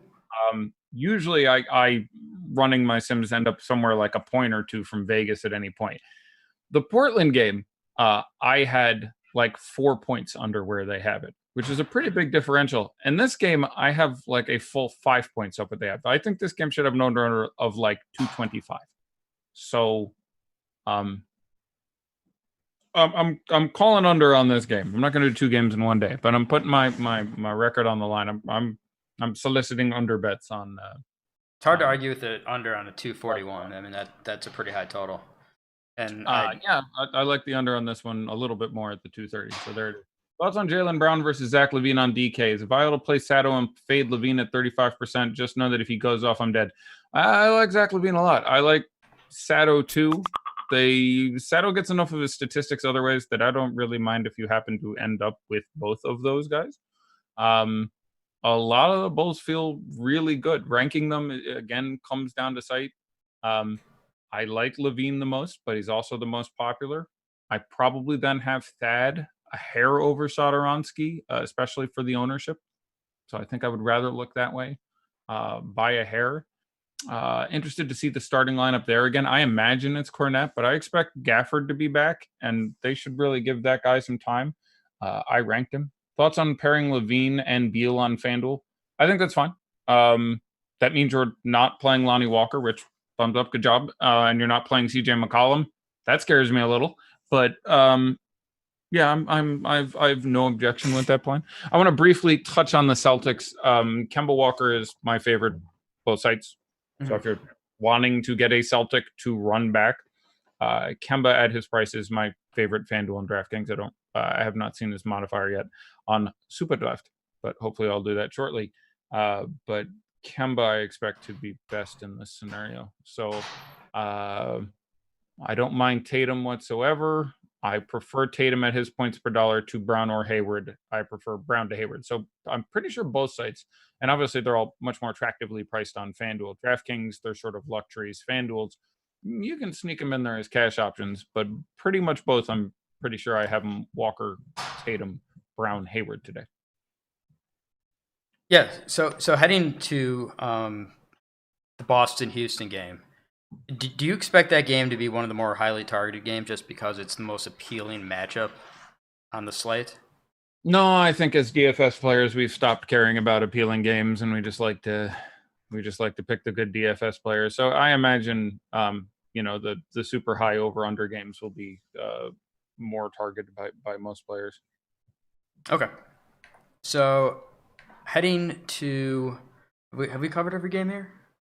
We've touched on every game. So let's do some GPP picks right here. Some guys who no one's talking about, low ownership guys who you think could break the slate. Anybody stand out to you? You know that, I don't know what barrier you want to set an ownership at, but maybe 15, below 15%, maybe. Oh, below 15, there's a number I'm gonna like. Let's make it 10. Make it 10%. We'll make it 10%. Okay. Well, 10. I'll start on DraftKings real quick. And then I don't know if we have super draft ownership yet. If we do, I want to go over there and take a look. Reloading the. Any interest in Jaylen Brown? He stands out to me. 9.5%. I need to update this ownership, but yeah, I have all the Celtics are pretty lightly differentiated. It isn't a spot where like I like McCollum well more than Lillard. I significantly want to make that change. The Celtics and then the Pelicans, for example, are teams where they all sort of slot in. They're all fairly well priced. Still have Lonnie Walker sitting at 50%. That's too much. We've been through that. So all right, we're going 10 and under.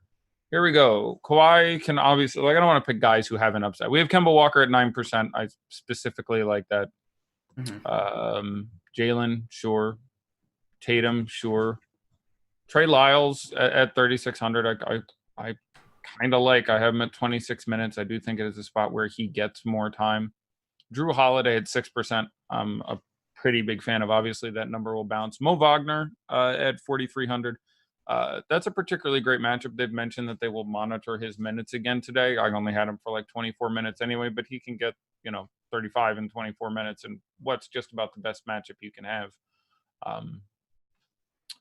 No. There's your boy Montrezl Harrell at 4%. My guy. Brandon Ingram. Any thoughts on Josh Richardson? We're getting some Josh Richardson questions. I can't do it. I can't just, again, they have no reason to push him. Setting aside the fact that it's a dreadful matchup and they just added another guy to the starting lineup and this one can't do anything but shoot. I would get there on FanDuel if I could, because you're going to need, 2 steals and 3 blocks for him to get there. But I generously have him at 22 minutes tonight and I just still can't really do it. But I would have a couple shares on FanDuel. I'm not sure I even ranked him on DraftKings. Landry Shamet at 2%. For $4,100 on DraftKings is not crazy. Josh Hart for 2.3%, especially if we get Brandon Ingram out at $5,100. I like Jan Mahinmi at 2% at $3,600. I like for value. I'd much rather go there than a couple guys.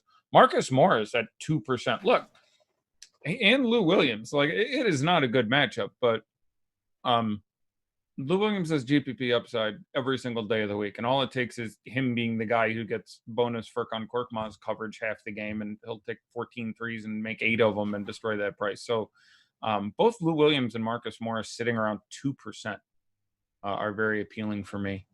Isn't a spot where we should need Redick, but he's sitting at 1% again. We've had 2 very good Redick days over the last couple of weeks. And made people some good money. I can't go that far today. It isn't a spot where I think it's that likely for it to occur, but I like it more than that. Ivica Zubac at 1%. All you need is some Harrell foul trouble. This minute's been trending up anyway. Oh, we don't want Harrell foul trouble. No, none of it. All you would need, let me rephrase. All you would need if you were playing Zubac for him to get 26 minutes and potentially wreck that price is more Harrell foul trouble. Now, it's probably a little more likely to orient the other way around, but at 1%, he's a guy I would make sure I have some exposure to, and I ranked him. So anyhow, there's a number of names. Nobody talking about Gary Trent smash play. Yeah. Well, I like him quite a bit at his price, and he's not as highly owned as I thought he would be coming off a couple big games. Now, he's not going to shoot as well as he has. He's not going to pick up 4 steals. That's not really his game. And you have Anthony Simons back and presumably healthy, which isn't wonderful. But you have no Mario Hezonja and no Nasser Little. So they may run small a lot. So I ranked Simons, who I think is in play, and again, a very sexy matchup. And I still pretty much like Trent at 4,400. This is a short slate. 5 games is short. Thoughts on Harden? Yeah, again, I would rather play Harden than Westbrook in one lineup at this point because he's half owned. I have Westbrook as a better point per dollar play. I have him, some 6 fantasy points behind Harden, I think. And at that point, it's not worth $1,500. But I have them close enough that Westbrook out-owning Harden 2-1 is probably slightly edged too much towards Westbrook. So I'm fine with Harden. He's been tolerable against a very similar Celtics team for a couple of years now, changing out Kyrie for Kemba. The defense hasn't changed that significantly what Brad's been running. So it is not a good spot for him. So his projection sits in the 50s instead of the 60s, and his ceiling is 75 or 80 and not 95 or 100. But that being said, it's a short slate, and so I'm dubiously optimistic about Harden. Is it a bad idea to leave 7.7 on the table in a DK GPP? That's a lot. Yes, that's a real lot. That's too much. As a decent rule of thumb, FanDuel, anything up to $1,000, I don't care. DraftKings, anything up to about 500. The absence of any positions really on DraftKings will mathematically correlate with leaving less money on the table. FanDuel, it just requires one weird positional thing for that to work. Smart or McCollum in a FanDuel GPP? I'm going to go with McCollum, though he will be incredibly owned. I don't mind Smart. Smart, I think, is 51 on FanDuel. Steals and blocks count for 3 there. Matchup I like, possibly closes, so I'm fine with Smart. Thoughts on Zach Lavine? Chalky for good reason. No issue with you playing any amount of Zach Lavine. Again, third matchup here. Very good the first 2. I'm projected for well over 40 fantasy points, and at 8K looks sexy, so chalky for good reason. Thoughts on 57% Patty Mills? I don't think it's 57% owned, but if you mean that's Lonnie Walker, right? I think that's Lonnie Walker. 57%. Yeah. If you have 57%, I think it's a fine stand. It's risky as hell. Might play 17 minutes and score 8 fantasy points. Might play 26 minutes and score 32. Mm-hmm. I like Patty Mills. To put a stand on. I like a good stand. Before we get to the next question, Eddie, I need to mention Super Draft. We got some overlay going on in this contest right here. We got 804 entries out of 1438, $2,000 the first. So head on over to superdraft.io. Does it lock in 15 minutes? Sorry to interrupt. Lock is in 13 minutes and 35 seconds. Okay, so they are locking concurrently today to answer the question. They are. So head on over there. Take your chance. That's a 1 in, or however many entries you're doing. Only 1,438 entries to win $2,000 the first. It's going to be a better deal than you'll find anywhere else. So give it a shot. If you've never played the multiplier, it's a different experience. It's a unique experience. There's lineup freedom. You can pick whoever you want, no salaries. So just give it a shot. Zion Williamson's a 1.6 multiplier in Super Draft tonight. Yeah. So let me bang through some questions real quick. Lonnie Walker will start. Mm-hmm. Lonnie Walker will start.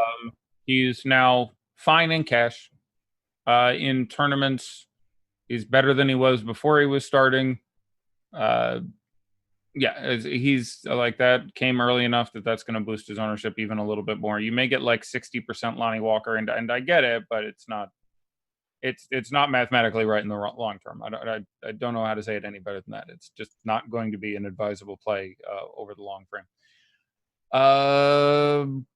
All right, so some other questions. Do I like McCollum more at the point guard or shooting guard spot on DraftKings? I don't know offhand. Favorite center to play on FanDuel? Probably still Joel Embiid, though it'd be pretty close at this point. I would be very close in tournaments.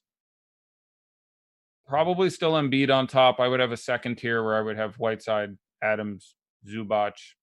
I don't mind a little Cantor, Mahinmi, Moe Vagner. I think are all very reasonable ways to go. Cantor, especially FanDuel better. DK is still $5,000. Still ranked him. It is very difficult to put Enes Cantor on the floor against a team with Russell Westbrook and James Harden. His defense has been better this year. That meaning to say that it's only been horrific. So I think the likelihood is his minutes are a little curtailed. That being said, Houston isn't playing anyone taller than me on the court. So if for every second Cantor is out there, he's going to be very, very functional. He is one of the best rebounders in the league, and he should average against this matchup something not that far shy of a rebound a minute. So I don't mind it in tournaments, and I'd much rather do it on FanDuel at 43 than DK at 5,000. Yeah, I heard that Houston might sign Isaiah Thomas to get some height. That's the rumor. How do I feel about Rui and Wagner with the management? I may have missed it. Yeah, Rui, I wasn't super high on anyway. It makes me like Burton's a little more. Wagner, I don't really care that much about the limited minutes with his price and sort of the upside there. Do I like Kemba at 1.45 on Super Draft? I do very much. How about Chandler Hutchinson tonight? How many DK points do you have him projected for? I have him at 28, I think. I have him at 28. Also was him at 28.4, so perfect agreement on that one.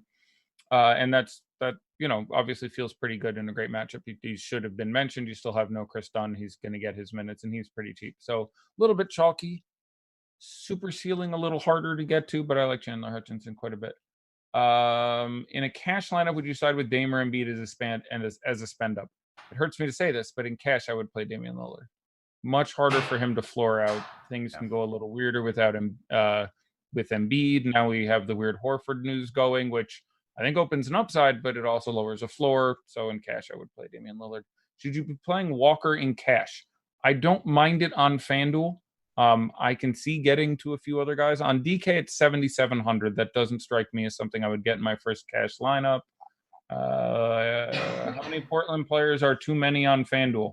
Again, it really depends on who those Portland players are. If you're playing Melo and Ariza, who are much cheaper, I wouldn't think you'd frequently want more than 3. And again, at the FanDuel prices, I like several of the Pellies as well. I like Zion. I like Lonzo at only 6,700. So I wouldn't think you would need to push that cap too much. Okay. Any top super draft plays for you, Eddie? I will head over and look now if you can keep an eye on news for me. Yeah, I will keep an eye on any news that comes through. Brandon Ingram's really the only news we're waiting on right now. His game is at 7 or 7:30 tonight. The Ingram game is at 8. At 8. Yes. Yeah, it's an hour post lock, which means it should land. So right? 7 Central. Yeah, 7 local. Good. Anything going on here? No news right now. Take a look at my super draft. While Eddie's taking a look at super draft, good time to mention some of our promos going on right now. We got a NASCAR 2020. Use promo code NASCAR 2020 at the Awesemo Join page to get a NASCAR yearly pass for $100 off. That's $129. And Daytona's this weekend, so that would be a great time to buy that. And then the XFL, a big debut for the XFL last weekend. We have an XFL yearly pass for $40 off. That's only $50 for an entire season of XFL. Use promo code XFL2020. Eddie, super draft. Aldridge at 1.45, Zion at 1.6, Embiid at 1.15, Kemba at 1.45 might be my favorite. McCollum at $1.50 also might be my favorite. Drew Holiday at 1.4. What was that, Aldridge? Aldridge you gave? 1.4. Yeah, Aldridge is at 1.45. That's going to be popular. Yeah. Very nice. Lonzo at 1.4, I'd have some tournament interest in. Thad Young at 1.7, I have a nominal amount of interest in. Those are all pretty strong plays. Yeah. Thoughts on Tice? I like him. It's, again, not super ceiling spot, but again, a certain amount of the analysis on Cantor applies there. He's not as good of a rebounder. He's not as good of an offensive player, but again, there's a real chance that, Cantor gets boat raced, and so you get 29 instead of 25 minutes out of Tice. They also may just go super duper small, and you may get Grant Williams at center for extended periods of this game. You may get Tatum at center for periods of this game. So a lot of uncertainty when it comes to those center players. DK, I'd probably rather Tice. FanDuel, I'd probably rather Cantor. They're usable on a 5-game slate. Nothing quite registers as what I would call a priority at this juncture. I'm definitely expecting some Tatum at center, where they're going to play, their traditional Smart, Hayward, Brown, Kemba, Tatum at center. I mean, he's taller than PJ Tucker, so it's not like they're gonna need a big guy down there. No, they should not need a lot of beef. Absolutely not. We're 7 minutes from lock. Any final thoughts on the slate? For those who maybe missed it, any adjustments for the Brandon Ingram news coming up? Which way you would go? I like Derek Favors regardless. I like him more if Ingram is out. I like Zion regardless. I like him more if Ingram is out. I like Favors more than Zion at their prices and ownership, ranking those two guys. I would have Drew ahead of Zion regardless. So I'm going to just not generically, but specifically rank them Favors, Drew, Zion. Hart goes from not someone I really want to play to someone I want to play if Brandon Ingram is out. And it's a minor cookie up for, Ingram, which is still reasonable to take a couple shares of. Is Lonnie at 55% now a fade? He was a fade at 50%, and I'm not going to pull back the rope at 55, but I'm not surprised. They got news that he's starting, and that's not too much. All right. I'm going to run down some of my. It's not like he's a super amazing player either. I don't have his rates in front of me, and I'm not going to take one of our last 6 minutes to do it, but he's not very good defensively, which has limited to some degree his court time. Doesn't work brilliantly within the system. I'm guessing he's somewhere around like 0.8 fantasy points per minute on the year or something like that. DeRozan, like, it does add a ceiling, but 53% is just way too high of a number. Like Aldridge, we have at 37%. If Aldridge was at 53, I'd have to look at it for a while. I would expect Aldridge to be trending towards closer to, like you said earlier in the broadcast, closer to 50. I think 45 or so is the point at which I wouldn't know what to say. 37 to me is significantly too low. McCollum at 22% is significantly too low. I don't think he should be quite Aldridge owned, but he should be 35 or 40. But just people go gaga over value, and it's frequently bad value. At some point, I should really have a board behind me that just says date, chalk value, and people would be shocked at how often it busts. It gets there sometimes, but just a picture of Dante Exum, a picture of Emmanuel Mudiay, a picture of Dennis Smith Jr. Just a whole like collage of players back there.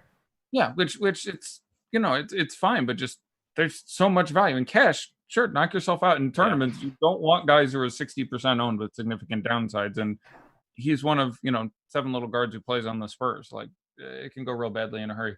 Dame, McLemore, Hutchinson, Favors, or Alonzo, Schroeder, Ariza, Horford for FanDuel GPPs. I would play the second one. I'd play the Alonzo Schroeder side. Cool. You jumped on the Burton train. I like that. Would you have at least one Pelican and Blazer? I think it's a good rule of thumb. I wouldn't immediately, self-detonate if I didn't, but I think you're building one lineup. Having a Blazer and a Pelly in there makes sense. And again, I don't mind Damian Lillard. It's just that he's fairly popular. He's really expensive. And I, point per dollar, much prefer McCollum and have him pretty similar to Whiteside and Melo. And honestly, point per dollar, pretty similar to Ariza, but that's sort of a different class of play. So I don't need to go there. I'm going to run down some of my favorite plays in the slate, and I'll give the Awesemo projection next to them here. I like Satoransky at point guard there. I like Harrell. I like McCollum. Tobias Harris is actually one of my favorite plays on the slate. I like him a lot more now. Yeah. If I make that clear, he's moving down to the 4. That does quite a bit for me. So I feel much better about that. No problem with that. And I do like Chris Paul, and I do like Danilo Gallinari. I like that Spurs game. I like the other side. I think people are ignoring the other side of that Spurs game. I think there's going to be a lot. I do, especially DK where they're priced cheap. But I have to say, I do slightly, at their ownership, I still have to say I slightly prefer Shai Gilgeous-Alexander to Chris Paul. Okay. We will differ on that one. I'm going with CP in that one. Okay. And Chandler Hutchinson. Yeah. And Whiteside. I like Whiteside. Not a lot of. I know you like the Blazers besides Lillard. I do like McCollum, Carmelo, McCollum, Whiteside. My 3 favorite Blazers there. I like Lillard. I just like him relatively less than it seems other people do. I don't look at him and go, "What a terrible play." But again, basically, common sense. The way the game plays out is Drew sits on him a little bit, loses his usage for a while, and everyone else has a really good matchup they can score in, and so they just do a little bit more. So it's not like I think Lillard. Like I've Lillard projected for around 50. That's fine. It's just I don't think it's quite good enough relative to everything else. Yeah, and Awesemo has it for about 56.7. So yeah, it's I mentioned this on the early bird, and it's the type of slate where you're almost afraid not to take Lillard because he's just been so hot. The 240 over under. His ownership is at 19.4%. Expected to be a little bit higher than that. I would probably expect it more towards 25, maybe. So, yeah, we'll see. I mean, I think Lillard is one of those that, he's going to put up the points, but I don't think you're going to need him in a GPP. He could easily go for another 75-point game, though. So he's just been he's defied all logic in recent weeks. And we are now 1 minute away from Lillard versus Westbrook and DK Cash. Somebody tweeted me. Tweeted you. I would play Westbrook and Cash. Westbrook and Cash. All right. I would play Westbrook and Cash as well. That's really close. Any thoughts on? So they don't lock yet. So Westbrook and Harden, would you play together? No. No. I'm not playing the two of them against the Celtics. Okay. All right. Well, Eddie, we have 1 minute till. We still have 1 minute till lock. I think we are locked. Actually, We are locked. My right. clock is slow. We are locked. Yeah, as of right now. All right. Well, Eddie, thanks for being on. Yeah, thanks for being here. Yeah. How did we do on the? I don't know if you entered it or can tell. How did we do on the super draft, Phil? There. We will take a look. Lou Williams is starting. We're almost there. We almost got it filled. It was at it went locked. I'm not in it, so let's see what we got here.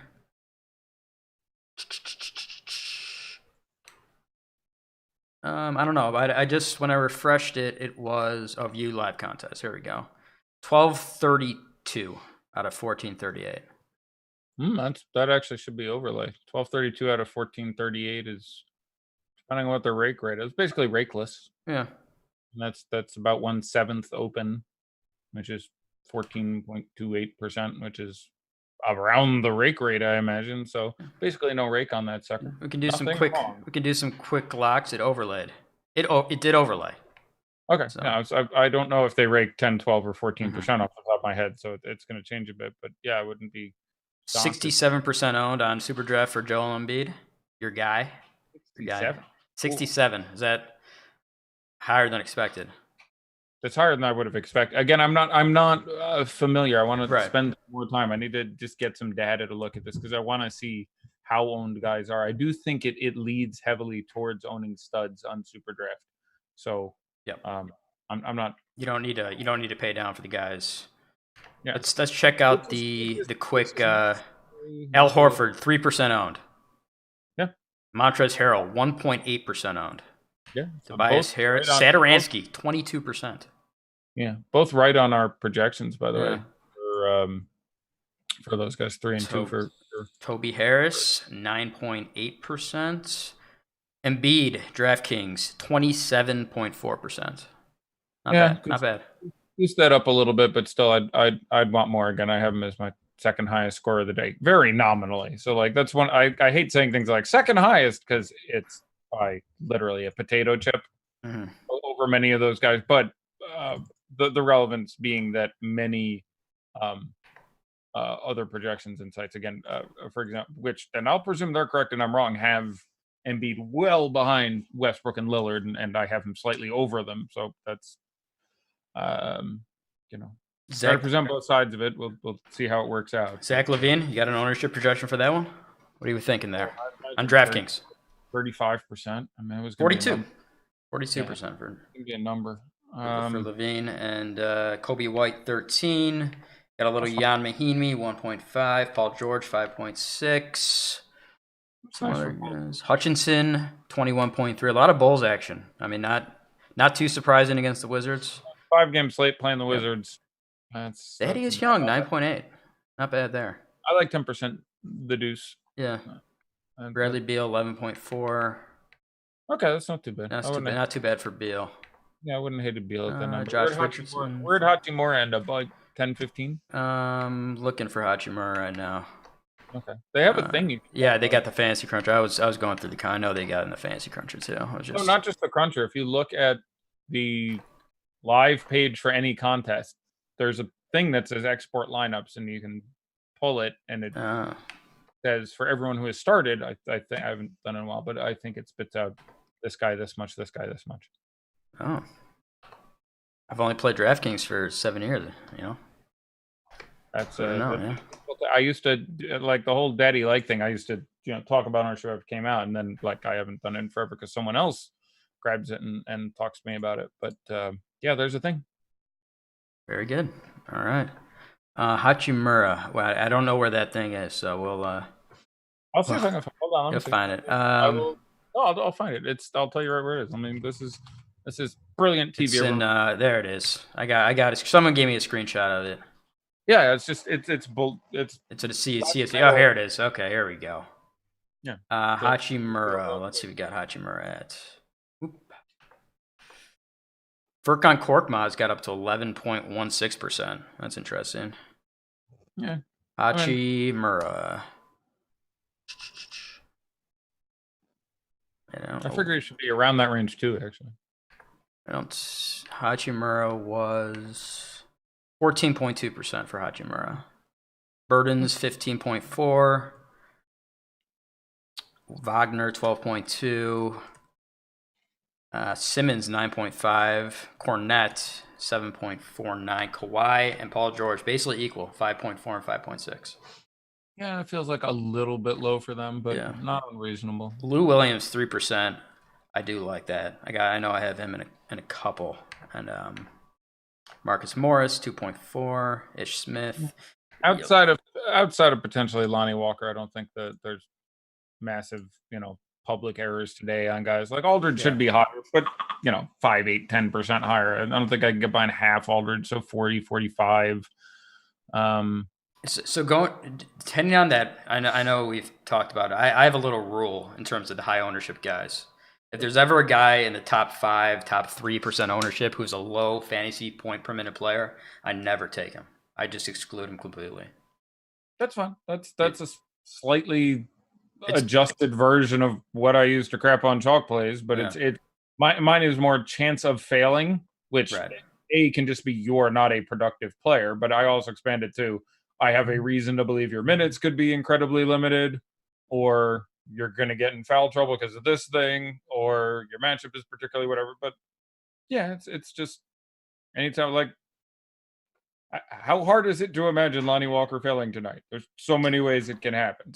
It's very Lonnie Walker's the type of guy I'm tweeting about tonight, and everyone's. I love him. Brilliant hairdo. Oh, great! Yeah.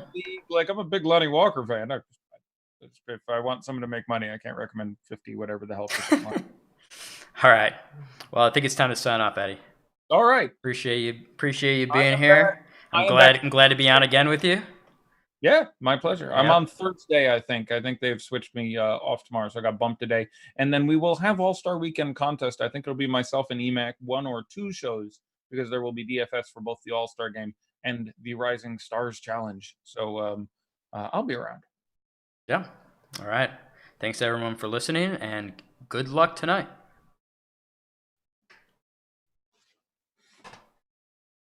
Now you just got to hope Alex is there and we get taken